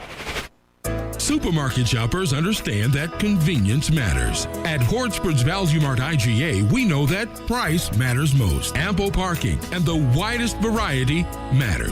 At Hortsport's Value Mart IGA, we know that price matters most. Clean, spacious aisles and the highest level of customer service all matter. At Hortsport's Value Mart IGA, price matters most. We've renewed our commitment to guarantee the lowest prices in the Federation.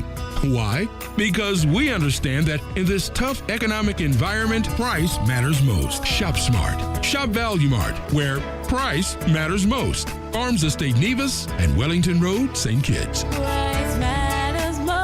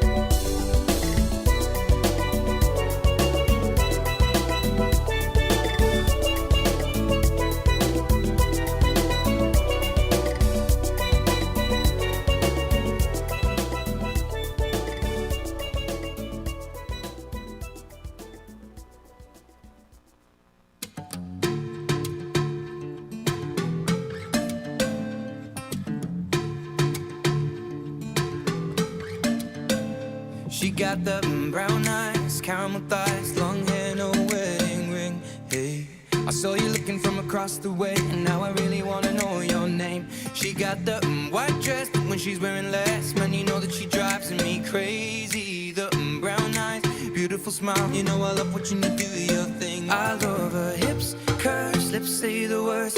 Te amo, mami, I kiss her. This love is like a dream. So join me in this bed that I'm in. Push up on me and sweat, darling. So I'm gonna put my time in. I won't stop until the angels sing. Jump in that water, be free. Come south of the border with me. Jump in that water, be free. Come south of the border with me. He got that green eyes, giving me signs that he really wants to know my name.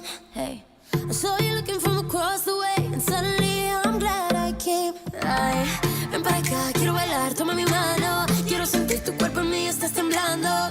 Green eyes, taking your time, and I will know we'll never be the same. I love his lips, cause he says the words. They are my mommy, they are my mommy. Don't wake up, this love is like a dream. So join me in this bed that I'm in. Push up on me and sweat, darling. So I'm gonna put my time in. I won't stop until the angels sing. Jump in that water, be free. Come south of the border with me.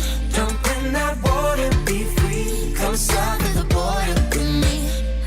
Flawless diamonds in a green field near Buenos Aires until the sun's rising. We won't stop until the angels sing. Jump in that water, be free. Come south of the border with me.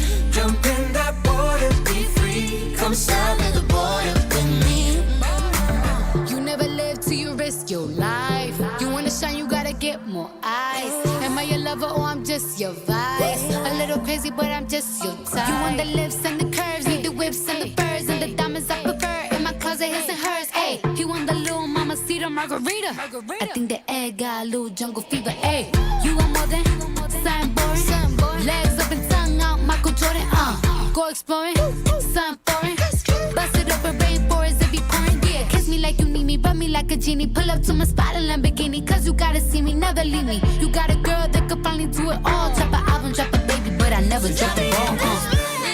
I'm in. Push up on me and sweat, darling. So I'm gonna put my time in. I won't stop until the angels sing. Jump in that water, be free. Come south of the border with me. Come south of the border, border. Come south of the border with me. Come south of the border, border. Come south of the border with me. Jump in that water, be free. Come south of the border with me. Jump in that water, be free. Come south of the border with me.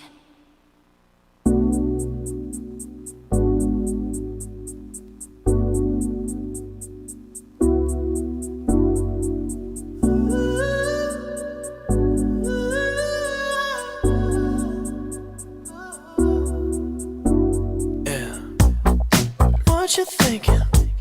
You think that you could be better off with somebody new? No, oh, baby, no. You say you're leaving. Well, if you wanna leave, there ain't nobody stopping you. No, oh, baby, no. I won't beg for your love, won't say please. I won't fall to the ground on my knees. You know I've given this everything, baby, honestly. Baby, honestly, I lie for you, baby. Die for you, baby. Cry for you, baby. But tell me what you've done for me. For you, baby. Only you, baby. The things I do, baby. But tell me what you've done for me. I never cheated. Deleted everyone, cause they made you uncomfortable. No, baby, no. These accusations, I can't apologize for something that I didn't do. No, baby, no. I won't beg for your love, won't say please. I won't fall to the ground on my knees. You know I've given this everything,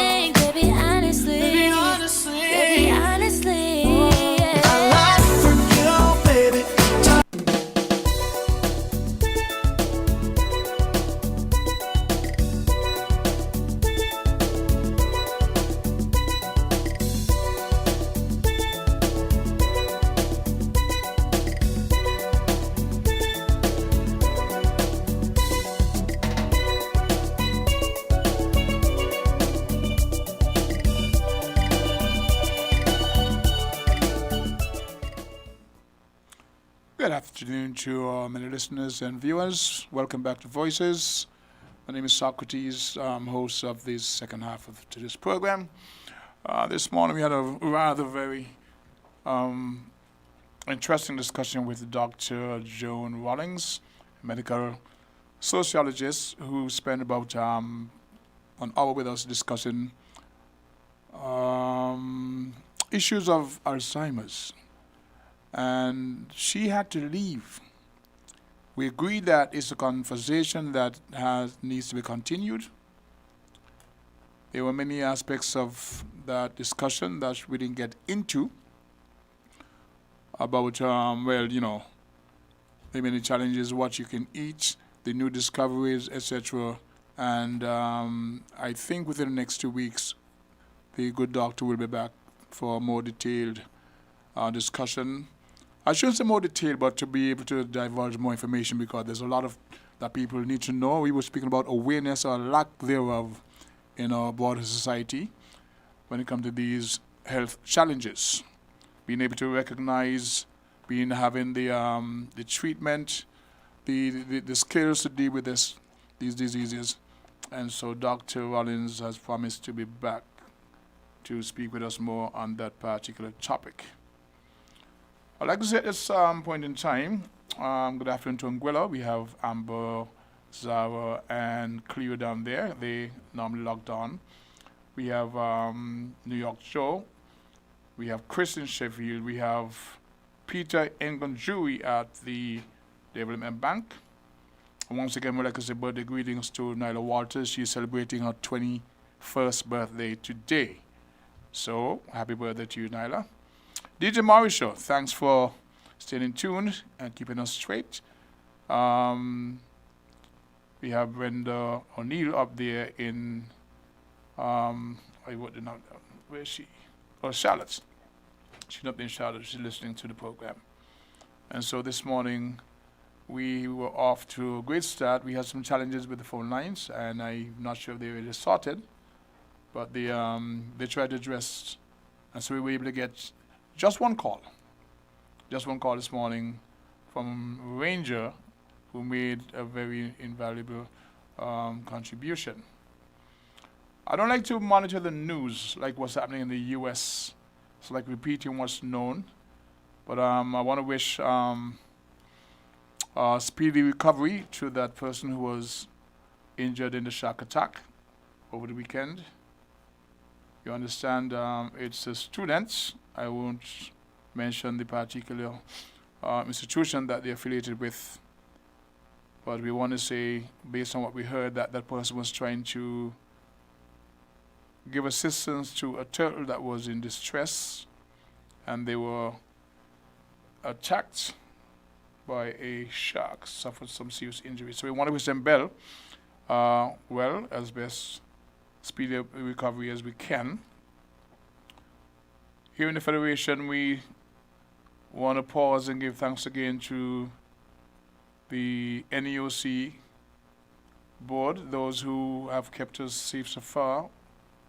When we look at what's happening throughout the region with COVID-19, we hear that in Barbados, they have just dropped 70 new cases. In Antigua, 6 new cases. St. Lucia got about 338 cases there.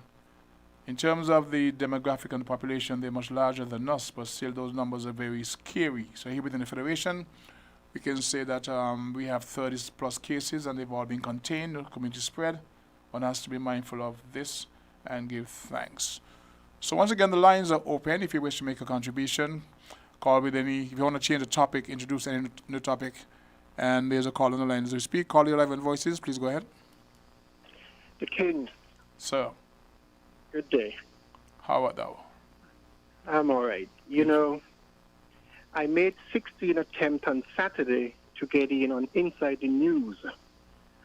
Your host, the 2 young men, and I think you mentioned that Mr. Bacchus was more like an observer in the back. Yes. I made 16 attempts to get in, and my call was never taken. Anyway, I thought I'll wait until today, and I'm going to raise my point that I wanted to make. On Saturday, there was raising what is happening in the U.S. that took place in Capitol Hill. Yes. You know, when I look at that news, for me, that is inevitable. Here we are on Inside the News focusing on what is happening in the U.S. And we have what is happening on the continent of Africa, where Africa 55 states are now trading within each other. That's the beginning of a new era. That is the dawn of the future for me and for Africans unborn. And we are focusing, mind you, don't get me wrong, it is happening. And that's world news, what is happening in the U.S. Because the way I see that, it's like everything that is taking place right now from the last 4 years is leading up to all, I call it the crumbling, and let it crumble, because it's inevitable. That's how I see it, in my opinion. I mean, if you go to history or you want to go to the biblical part of it, this is the handwriting is on the wall. And we are focusing on that. The future is ours right now, the king. Yes, sir. Africa is the future. There's a movement that is going on in Africa right now. It's a long journey for us to achieve what we want our Africa to be. And here we are discussing the crumbling of... Giving full focus to. Yeah. It's a news item. It's a major news item, but you're saying that they shouldn't give the entire focus to that particular news when we have issues with Africa. But over the years, we've been trained to shy away from anything that relates to Africa. That's part of a problem. Well, you see, the thing is, that's the way we are. That's the way we are. It's like, it's like, okay, we what we don't know about, we don't pay any attention. I mean, things are happening that we should be gravitating to, and we don't know about it. And then what is happening in like I said, it's inevitable. Because if you know history and you're following the trend of what is going on, even with the pandemic, you know, the king, there's so many news items out there that is moving towards the future. And they know it too, you know. Even though they're crumbling, they know Africa is the future. Because if you look at how they're scrambling for everything that is in Africa right now, there's, in all that they did back in 1884 to colonization, they know that their time is up. And yet they're trying to get in and scramble and try to control what is there for me, you, and every African throughout the whole planet. Because, you know, I like a quote that I heard Dr. Chambori say, Africa is not in you because you were born in Africa. Africa is in you because something like that. I can't remember how he said it, but Africa was born in us not because we were born on the continent. You know, I like that. I like that. And this is the thing. These are the things that we down here don't pay attention to, because we say, well, I am not an African because I didn't born. You know, I mean, really? And the handwriting that is on the wall is that God is calling back his people to the promised land. I mean, you look at how God created this whole planet and placed on the continent of Africa all the minerals that the world can't do without. But yet, they've been raking and you know, the king, this is so deep, right? Those who will argue with you and say that Israel was the promised land, what do you say to that? Israel is not Israel when God promised the children of Israel that Israel today is not. I mean, I heard the sheriff from Hertfordshire always talking about it. That Israel is not the Israel that was the chosen people of God. You know, that Israel today is not that Israel that it was that we're referring to. We are, if you can look at it at this sense, that the Bible story is our history. That's our history. I mean, our history, given to us our actual history. Here with us today. That's our history. And this movement that is now, you see, there's a Dr. Chambori is create this app, or ADDI.org. And that's the step to move to going back to the continent. Would you care to repeat that again? Let me take notes for that. OURADDI.org. That's the app that if you want to get on board on the movement, moving back to the continent, just log on to that app. OADD. Yeah, oh, you are. ADI.org. Okay. I made note of that. I was, the King, there's so many people that I'm trying to bring on board to this, and all the time when I talk to some young ladies and I'm not interested, and that you're just you're gonna find that, really, and I can probably bet you that those young people had him braiding long hair extensions. But the fact is, 400 years of brainwashing have left us lots to unlearn. A few years ago, I wrote a song called Gang Rape. You're speaking about all the countries that have been gang rape in Africa. China is among the last to have joined that bandwagon. And it's put Africa under the economic gun. If you look at what is happening in China since the pandemic, they throw out 10,000 Africans living in China. Mm-hmm. And they throw out those, well, I'm only quoting, 10,000 Africans is in China. Since the pandemic, they throw them out of their apartments, throw them out of their hotels. Mm-hmm. And you have 50 million Chinese on the continent, and they're disrespecting Africans on the continent and in China. I've seen some new items, yes. The Chinese shop them here, and we patronize them, and not knowing these are the way Chinese and all are treating us. Even the Indians are now on the continent. The Indians are on the continent right now, building up their own community on the continent of They've been there Africa. for years, They've been there for, not just now, they've been there for years. But like I said, look at what happened in Darfur some years ago. It's been mainly that demographic. No, everybody's trying to get their foot onto the continent except us. Is that gang rape? The King, I don't want my credit to run up, but I need to just listen what it says. Anybody going to follow up on this trend? Interestingly, thanks for your contribution. And of course, if you want to come by sometime and have a discussion, I can further develop that line of thought.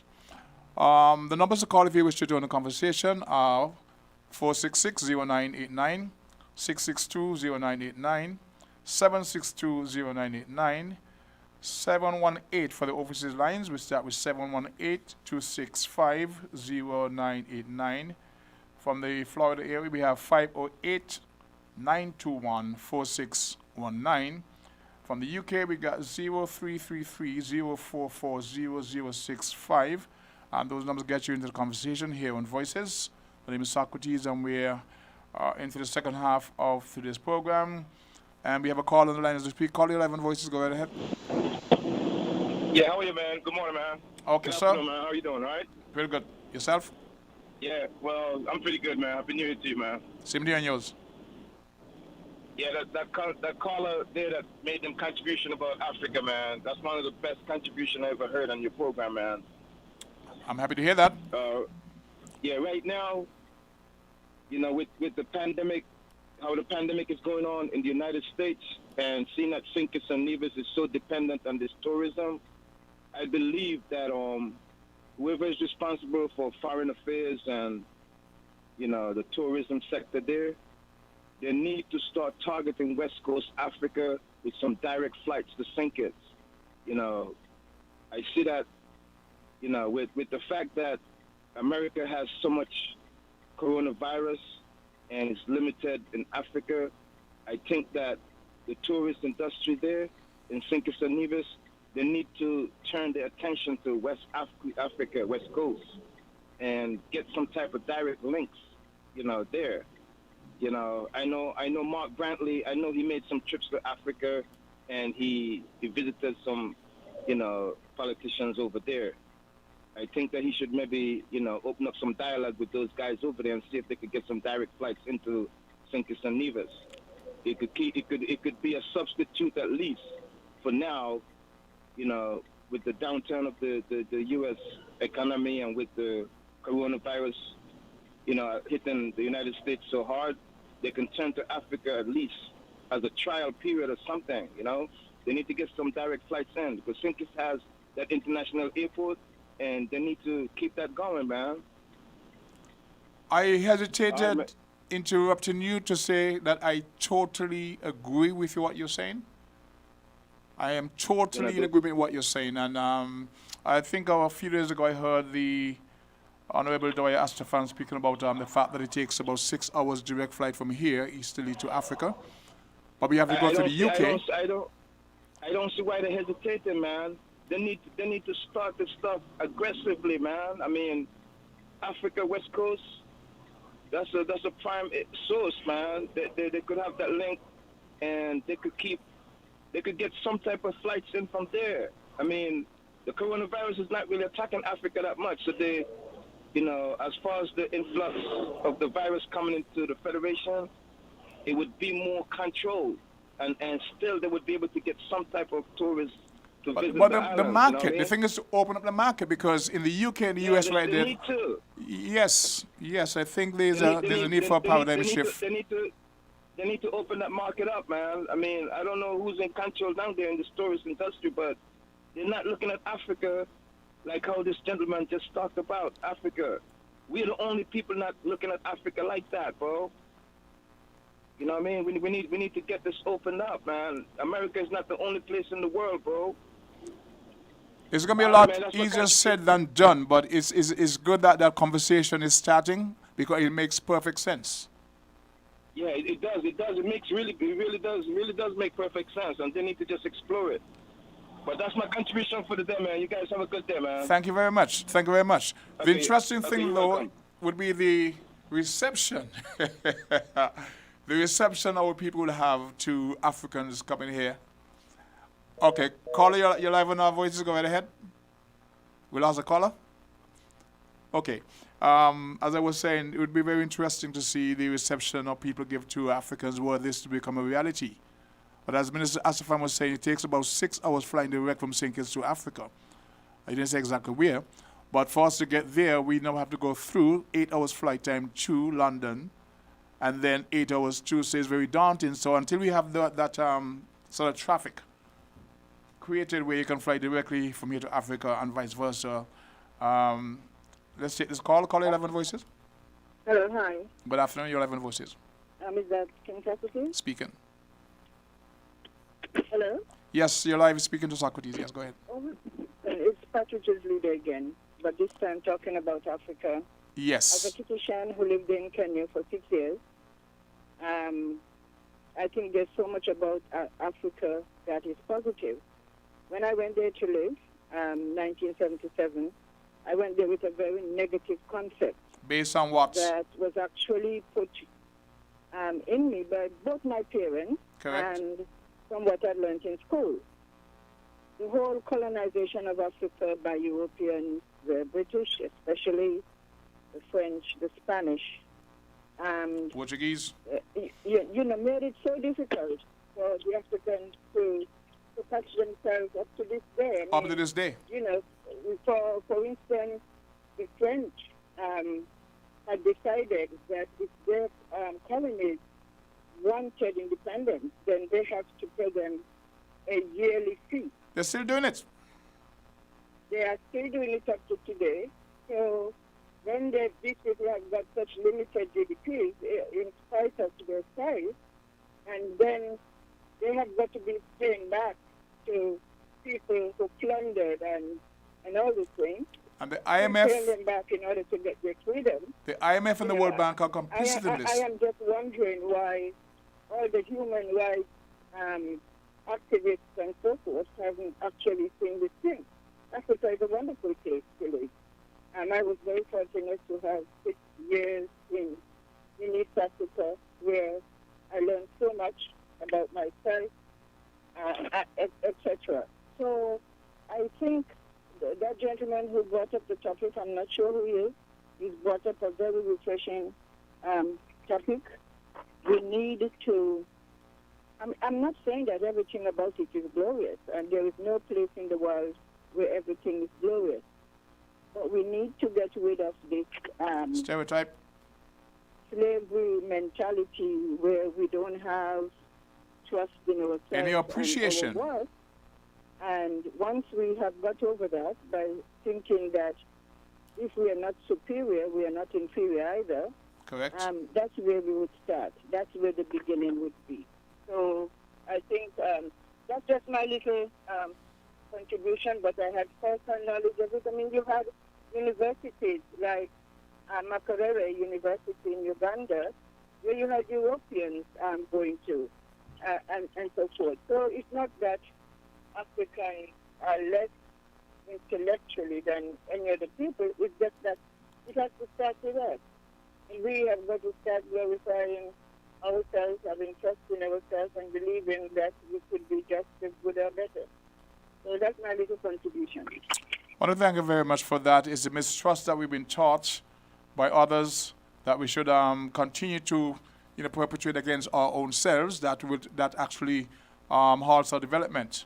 So this conversation I would like to develop on another program. If you want to join me, Dr. Leader, whomever want to continue with this, I know Rascalandi's jumping at the base to get into this. We're going to pause for a word from our sponsors at the top of the hour right now. When we come back, we continue with the conversation, okay? Thank you very much. Found the sound. 98.9 WINN FM. Smiles have been growing fast because Flow Home internet speeds got faster with up to over 2.5 times their original speeds. Everyone will enjoy a more satisfying experience online doing what they love. All thanks to the best network being better than ever as Flow remains committed to delivering the best connection possible. Join the Flow family and get internet the way it's meant to be. Fast, reliable, and affordable. Sign up today at your nearest Flow store. Conditions apply. Horsford's Value Mart IGA is helping you spend less and save more. How, you ask? Essential Everyday and Equiline. Spend less on our Essential Everyday products and get the best quality, the best taste, and the best value. Spend less for all your family health and beauty needs with the Equiline brand of over-the-counter products. Horsford's Value Mart IGA is helping you spend less. With our Essential Everyday products and Equiline over-the-counter health and beauty care products. Shop smart and spend less at Value Mart, where price matters most.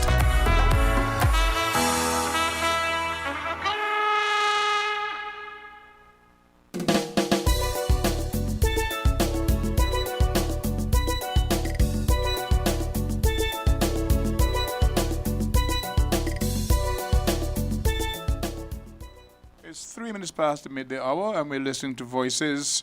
And the last three calls actually spoke about suggestions that we should look towards Africa for tourism, opening up trade, etc. I listened to Minister Asifan speak over the weekend about the time it takes to fly directly from here to Africa. He didn't say exactly where, but he pointed out that it takes us 8 hours from here to fly to London. That's the current route, to London, and then 8 hours from there to Africa. So it's very daunting financially and otherwise. So you find the suggestion is that the Ministry of Tourism and the persons who are in control of that, foreign affairs should look at opening trading with Africa in terms of tourism. I'm inclined to agree. Somebody sent me a text saying, okay, that means we're going to Ghana. I know a friend of mine is going to Ghana sometime shortly. She writes, so I guess we're going to Ghana. You got to speak to me about the route to get there and such. Because it's such a wonderful place, but the stigmatization, the mistrust has been taught to us about everything Africa being negative. That is the way Dr. Leader said when she went in the 70s, she went there with the notion that it would not be a developed. She had this kind of expectation that was negative. It is not as you're taught. There are some negative aspects of Africa, but it's orchestrated. As I said, the World Bank, the IMF, they're complicit in keeping Africa the way it is. That way you can easily go in and plunder, divide, rule, and plunder, and gang rape. And we have a call on the line. Call 11 Voices. Good afternoon, African. I am. I'm a native-born Cadetian of African descent. Good afternoon to all the listeners at home and abroad and all the Africans. Definitely. Good afternoon, Elder Henry. Our discussion of Africa is very limited and narrow to me, Africa has 54 countries. We understand 55. That. What we need is maybe a brief outline of each country. Its culture, its religion, its people, its economy. Because we keep saying Africa, Africa. All Africa is not the same. We accept that also. So I think sometimes we confuse people.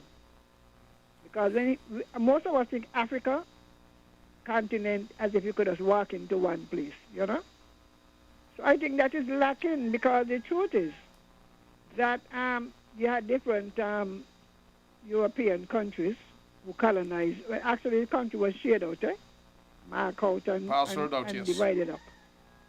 And then you have the tribal element, which after years of colonization and even independence have not gone away. So while we are concerned, and we should be,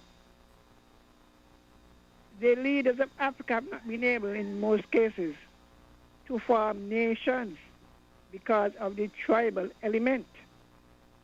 I mean, the other day there was this thing in Ethiopia, and not a man round you open their mouth. I was waiting to hear what people, you know. There was war between one set one to go. Eritrea, I think, has gone. We don't know Africa. We hear Africa. We know it from Africa. But I think we will do a better job. Those who know more should teach.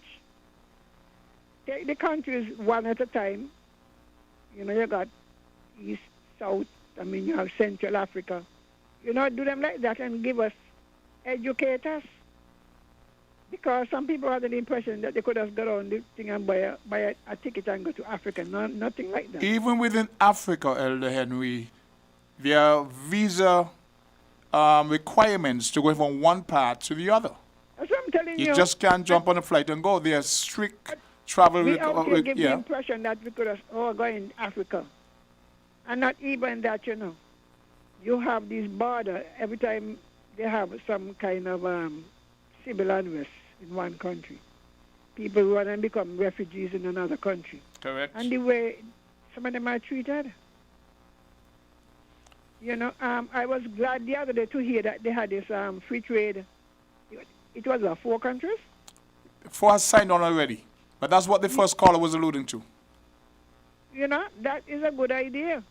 But our people, even me, our people still don't know. We're still thinking Africa. That's not our focus. That's the whole thing. We're not focused on anything African. It's a passing thought. To me, it is lack of education, and the people who are speaking are not educated. Call the countries by name. Let us know what we're talking about. Because up to now, we have not yet concluded where we come from, you know. Well, generally, we're here in West Africa. And so... West Africa has more than one country. I have met a number of Africans, Washington, D.C., and in India, especially in India. Mm-hmm. There, a lot of them came. And I was shocked that this young professor from the university, Kenyan University, had never heard. He didn't even know we get over there. So there's need for education on both ends. Correct. So I think, you know, those of us who, I must give Africa some credit, but he tend to focus more on the language and some on the religion. And even on the religion, we get carried away, you know, and the white man give us religion. Where we have all kind of religion in Africa, you know. That's true. All of them are not admirable. Not because something is black mean it is good. So I want us, you know, those of us are those who study, who do African studies. I want to hear something more about the individual countries. That's what I want to hear. So when we are having a discussion, we know who we're talking about. That's correct. All right then. All right, John. On that note, thank you for that call, Elder Henry. We just had a text sent to me that says Kenya Airways has a direct flight using a Boeing 787 Dreamliner from Nairobi to New York. That route is longer than a direct flight from Nairobi to the Caribbean. If there would be one, all they need is to identify a hub in the Caribbean, so there are possibilities. And this comes from Mr. Peter Enganjuri, and he is in school over there at the Development Bank. And he sent me his greetings and a funny joke. Anyway, it's like the first topic of the day, where we identified the need for education, more information on the topics that we would wish to expound on. So the whole thing with Africa and there's a call in line? Okay, let me take this call. Call 11 Voices, so we have missed that call. the whole issue about our interest in going back to Africa, as someone would phrase it, or showing interest, or even from a tourism point of view, it leads to the need for better education and awareness on the topic. But I was having a funny note as to how we would treat our tourists from Africa when they arrive here. Because there's some taxi drivers who I know have told me point blank, they don't drive black people. These are taxi drivers that I work with tell me they rather drive the white tourists than the black because the black don't tip. I find that to be disrespectful and nonsense because I love touring what I call my people. Identifying you're black, you come off, I'm going to drive you. Whether you tip or not, I don't care because my job is to do a good job inside of the country. And I shouldn't measure you by whether you can tip me handsomely or not. Some folks, because of the mentality, says they don't drive black people. So if that particular market would be developed where we get tourism from, tourists from Africa coming here, what would be the reception and what level of respect would we show or regard would we show to tourists from Africa? That may be the way to go. So the callers who are looking at in that direction, they may be onto something, and I have no problem in more developing that conversation if the relevant persons would be interesting and look in that particular direction. So, yes, what would our reception be to tourists if we were to develop that that linkage to get tourists here from Africa? Let me see what Brenda says. And she says, did you ever get your cultural... We ain't touching that. We're not changing that, but if possible, I'll look at going to Ghana. Caller 11 Voices. Hey, King, I hear you going to Africa. When you reach, send me a postcard. What? How come you say make way for you to come? No, I'm not going. Don't do what you're going to Africa to do. Everything about education about Africa that we don't know, most of it is by design, Yes, and that is why you need to re-educate yourself by even going there and changing the whole perception. I re-educate myself when I go to Africa. For the time span. Now, going there will help you to re-educate yourself. Do you think I can see? Huh? I will have to try to satisfy myself by seeing it through the eyes of the writers who have traveled to Africa and who have seen it for themselves. And so but for me, you get his story, their story. It's his story. Well, I know. You need to get yours. It's always be his story. I can't see everything everywhere. So I have to depend on his story. And I have to decide for myself and in terms of design and to study to make sure I understand what the writer is saying based on what he's saying and bring it to my own thinking to work out what he's really saying to me in his writing. So there are some pictures too, and I know that Africa is not what it used to be. It has been developed and so on. But at the same time, one of the hardest things we have among ourselves as black people is trust and our expectations. Because we see a black man, we expect him to deliver a certain level of respect to us and a certain level of dignity. And when that drops short, we feel bad because we expect it. But I think if you expect nothing, you will be disappointed in anything. So it is based on your expectation. Here's a question. As long as you're being rewarded for the job that you've been doing, then that's what you really should get. But you expect him to tip, like you say, and he don't tip, and he don't treat you with the courtesy that you really should, that he should. But that don't leave you with the responsibility to respect him in his capacity as a person, whether he black or white. So to me, the facts are the facts, and it's what it is. The continent of Africa should be known very well by us, and there are lots of things that the African does that we do. And one of the things that I notice, most Africans stroop the teeth. We do that too. Cultural norms. But in the broader context, what do you think of the idea that the first caller for this half mentioned, that we should shift our focus from the UK and the US, those demographics are really messed up, to Africa in terms of developing our tourism product? We can focus on the Africa to develop our tourism product. As a market. I said no market. But at the same time, you must remember, when you look at the tourist product is what it is like let's say tourists from United States and tourists from United Kingdom, they come to St Kitts, they come with an intention to enjoy the beach and the sun and the atmosphere and the people, and they leave. But I can tell you this, if Africans come to St Kitts and they could get to stay, they're not leaving. But how many Caucasians are the same? They have the same mindset. Well, at the same time, what happens is that when you put your set on them, they're going to be engrafted in your system and trust you. Their culture is different to ours, and so actually they will try to change our culture. Who do you think started the Uber system in St Kitts? Who do you think started? There was a time when you operate business-minded people, they saw a need for it. And they start among themselves to buy vehicles and start to run among themselves. Because as far as they're concerned, so they're enterprising. They're paying too much. They're enterprising. Yes, they're enterprising. And one should applaud free enterprise whether you like it or not. It's competition, yes. At the expense of the people here who have put their financial into a business. And they're capitalizing and the situation. Somebody said recently, I think it was Sandra Creeley on the program, that the people she's investing right now during the COVID era is the Dominicans and who else? Jamaicans. They're the ones investing in small business. Locals are not doing it. So if Nigerians are here, see a need for certain service and do that. They have what you call a togetherness. They communicate up to a certain level with each other. So but you have to... I don't trust you, you don't trust me, and trust is the key.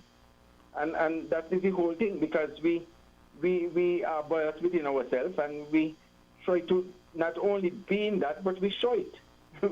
I don't trust Socrates because he gonna go with the money, and you don't trust me because I gonna go with the money, and this gonna go wrong, and that gonna go wrong, and partnership is leaky ship, and we don't sustain together. But most of the business we see are people who come together and unite and carry a good business together. And once you don't do that, you're in for trouble.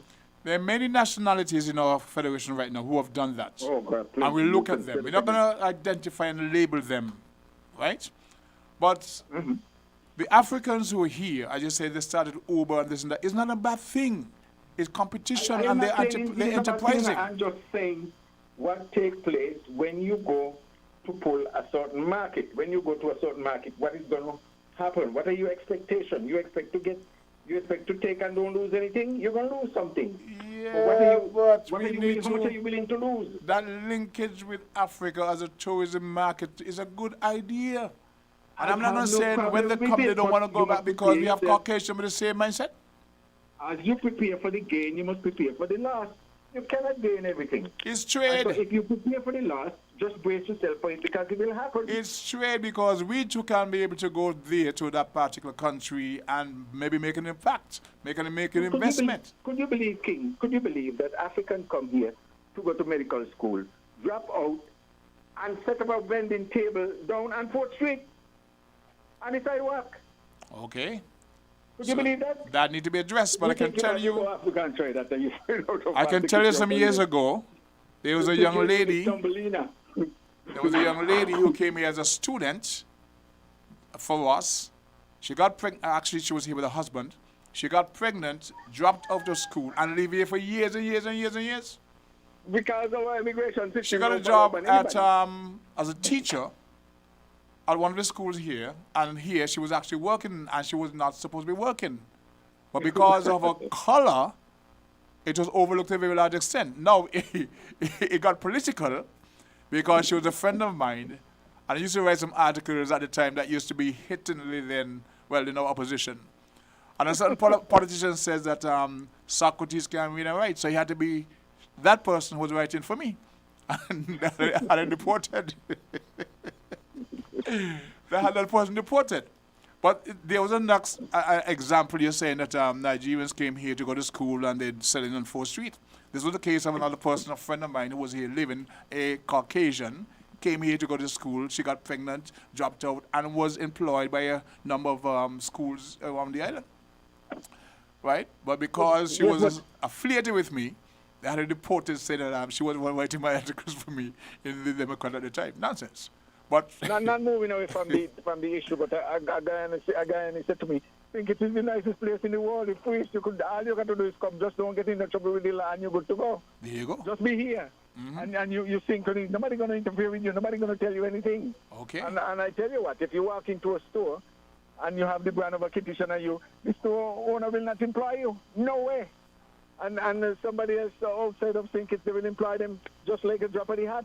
I drove a lady from store Boyd's. owners or whatever don't like to employ kitchen. I and drove big men from India and China and all kind of places working in stores where our young women once used to work. Now, when somebody come and they set up a business downtown, they walk in with the people, big men. And you can't believe. Well, let me tell you this. Our big men, our size of men work outside in construction and do other thing and we leave certain things for the women, but I don't know. I drove a lady. That's another Hear story. this. I drove a lady from Boyd's one time. I actually was coming up to go to work and I gave her a lift to Port Zante. She told me as Jamaican, she is employed at, in one of the stores and she's being paid more than the locals. I asked her why. She said that's how it is. They pay them more than the locals for whatever reason. Think about that. It may sound true, but it might not be. They may, as well as they may not, because some people feel like local people don't really want to work. Is that so? The excuse they use, and they show up late, they sit down, and they relax. So.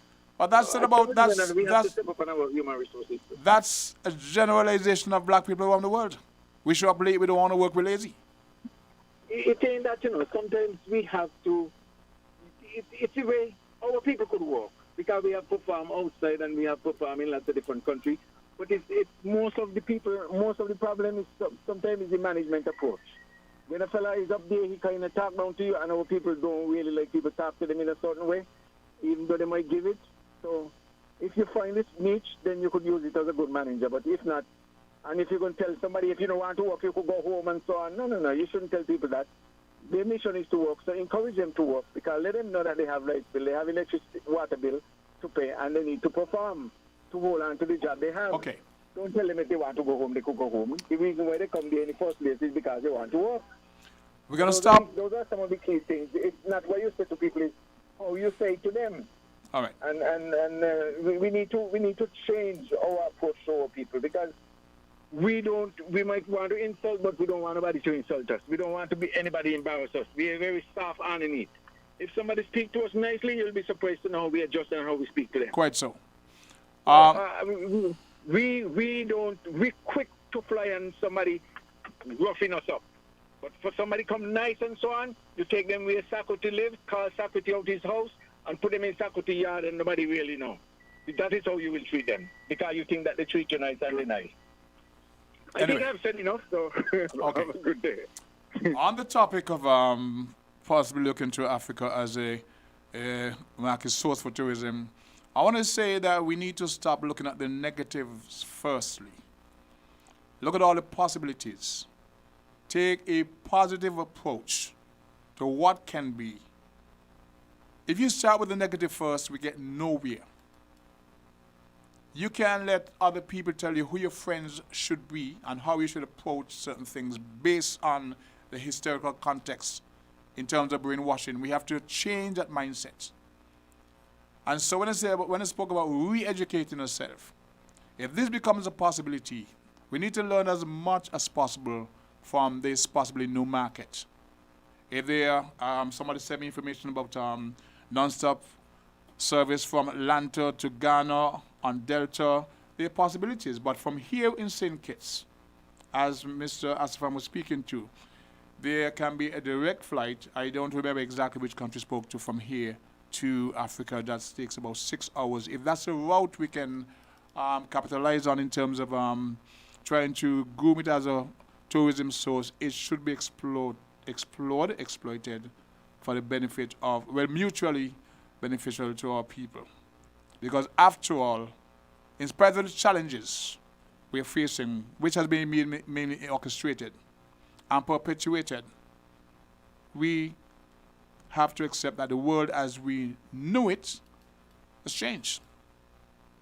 It's changed. So if we are to pursue tourism, and Africa is even a distant possibility, we need to look at the possibilities, avoid the negative first, and harness our energies, see what can be done, because the alternative right now is not acceptable. Our current source markets, we've been waiting for them to show a change in terms of COVID. It's getting worse, and it's going to be a lot worse before it gets better.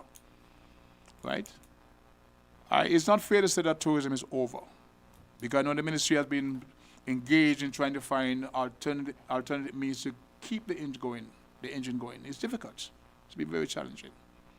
Taxi drivers are done in the circus.